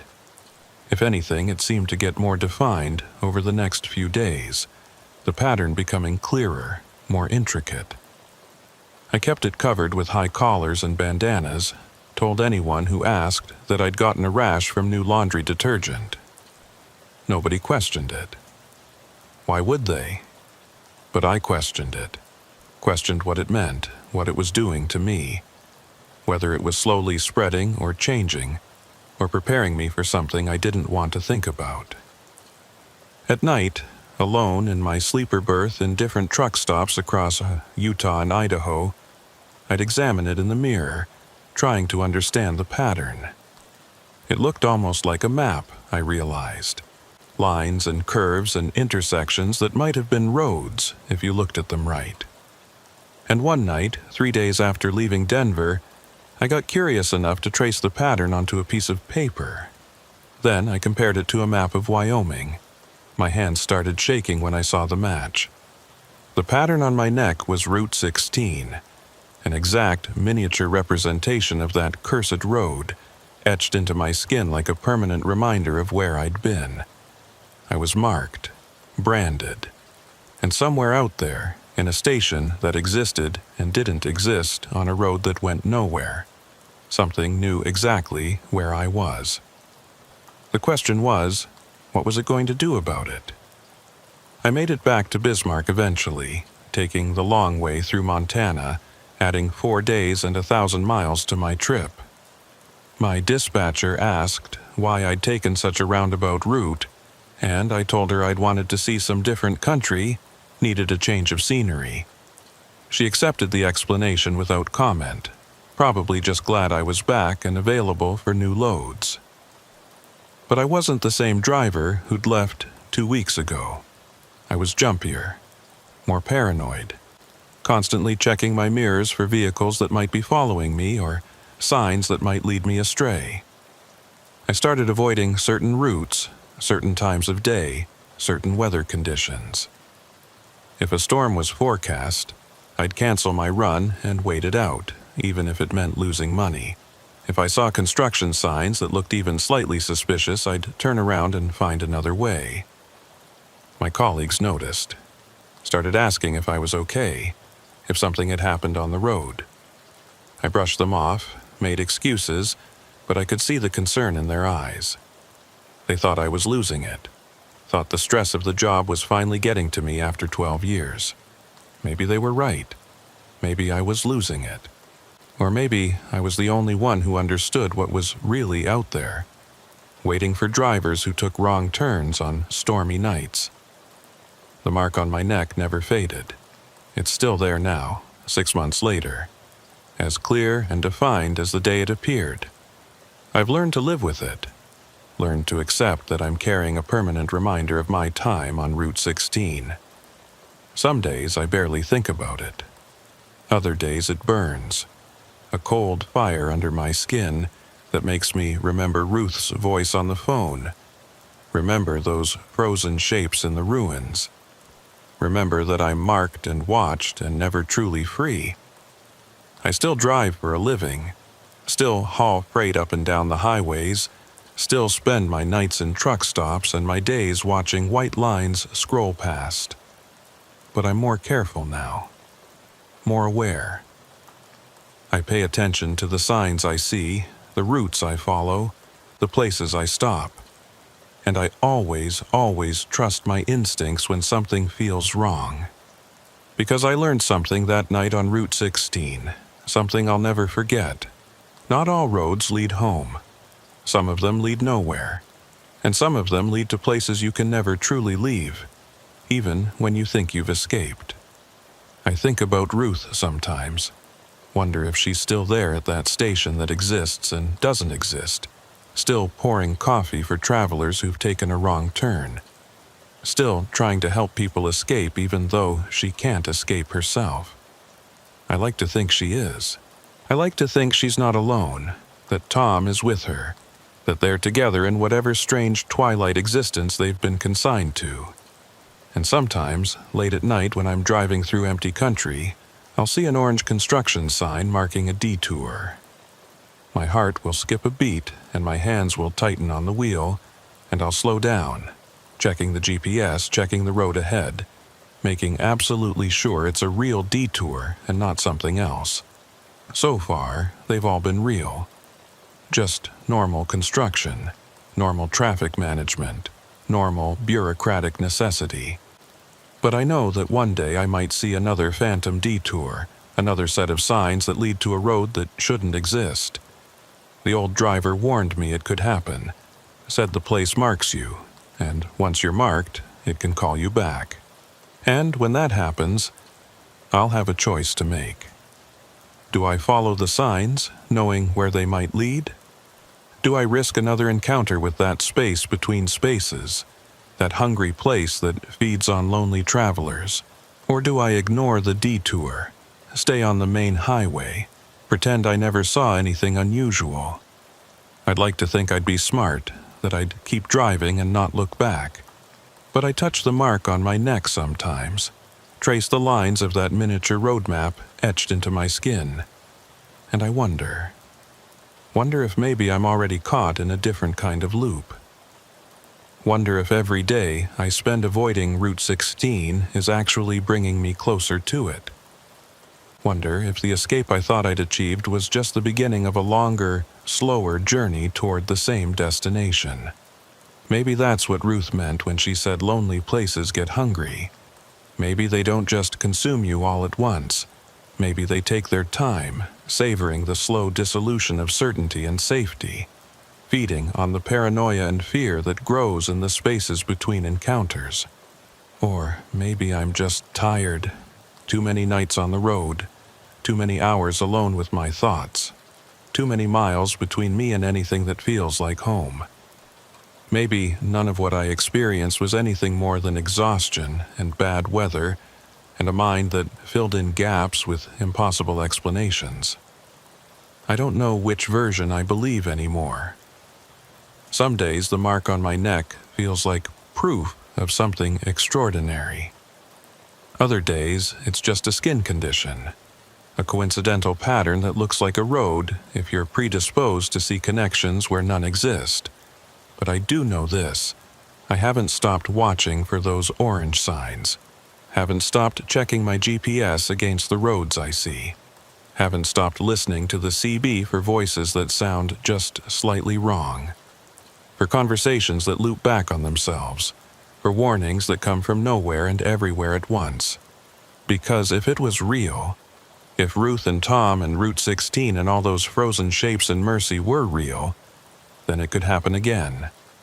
The mark on my neck says it could happen again. And next time I might not be lucky enough to receive warning messages, might not find a tunnel that leads to escape, might not have someone like Ruth willing to sacrifice herself to buy me time. So I drive carefully. I pay attention. I trust nothing. And I never, ever stop at gas stations that aren't on the map. Even when I'm almost out of fuel. Even when I'm desperate, even when I see lights in the distance that look warm and welcoming and safe. Because I know better now. I know what's really out there, waiting in the empty spaces between the roads we travel. And I know that some invitations are better left declined, some doors are better left unopened, some roads are better left untraveled. The highway stretches out ahead of me, white lines scrolling past in the darkness, and I follow them toward whatever comes next. Toward Bismarck or Denver or Cheyenne, or any of 100 other destinations that need freight delivered and don't ask questions about where I've been or what I've seen. And if sometimes I see shapes in my mirror that shouldn't be there, if sometimes I hear voices on the CB that sound like Ruth Calder warning me about weather or wishing me safe travels, if sometimes I wake up in truck stop parking lots with frost on my windows in the middle of summer and a burning cold in the mark on my neck that tells me something is watching, something is waiting, something is slowly, patiently pulling me back toward Route 16. Well, I just keep driving. What else can I do? The road is all I have left. And the road always, always goes on. Even when it leads in circles. Even when it takes you places that don't exist on any map. Even when you realize, too late, that escape was an illusion and the real journey is just beginning. I touch the mark on my neck, feel the cold fire burning there, and I wonder how much longer I have before it calls me back. Before I see those orange signs again, and this time, I follow them.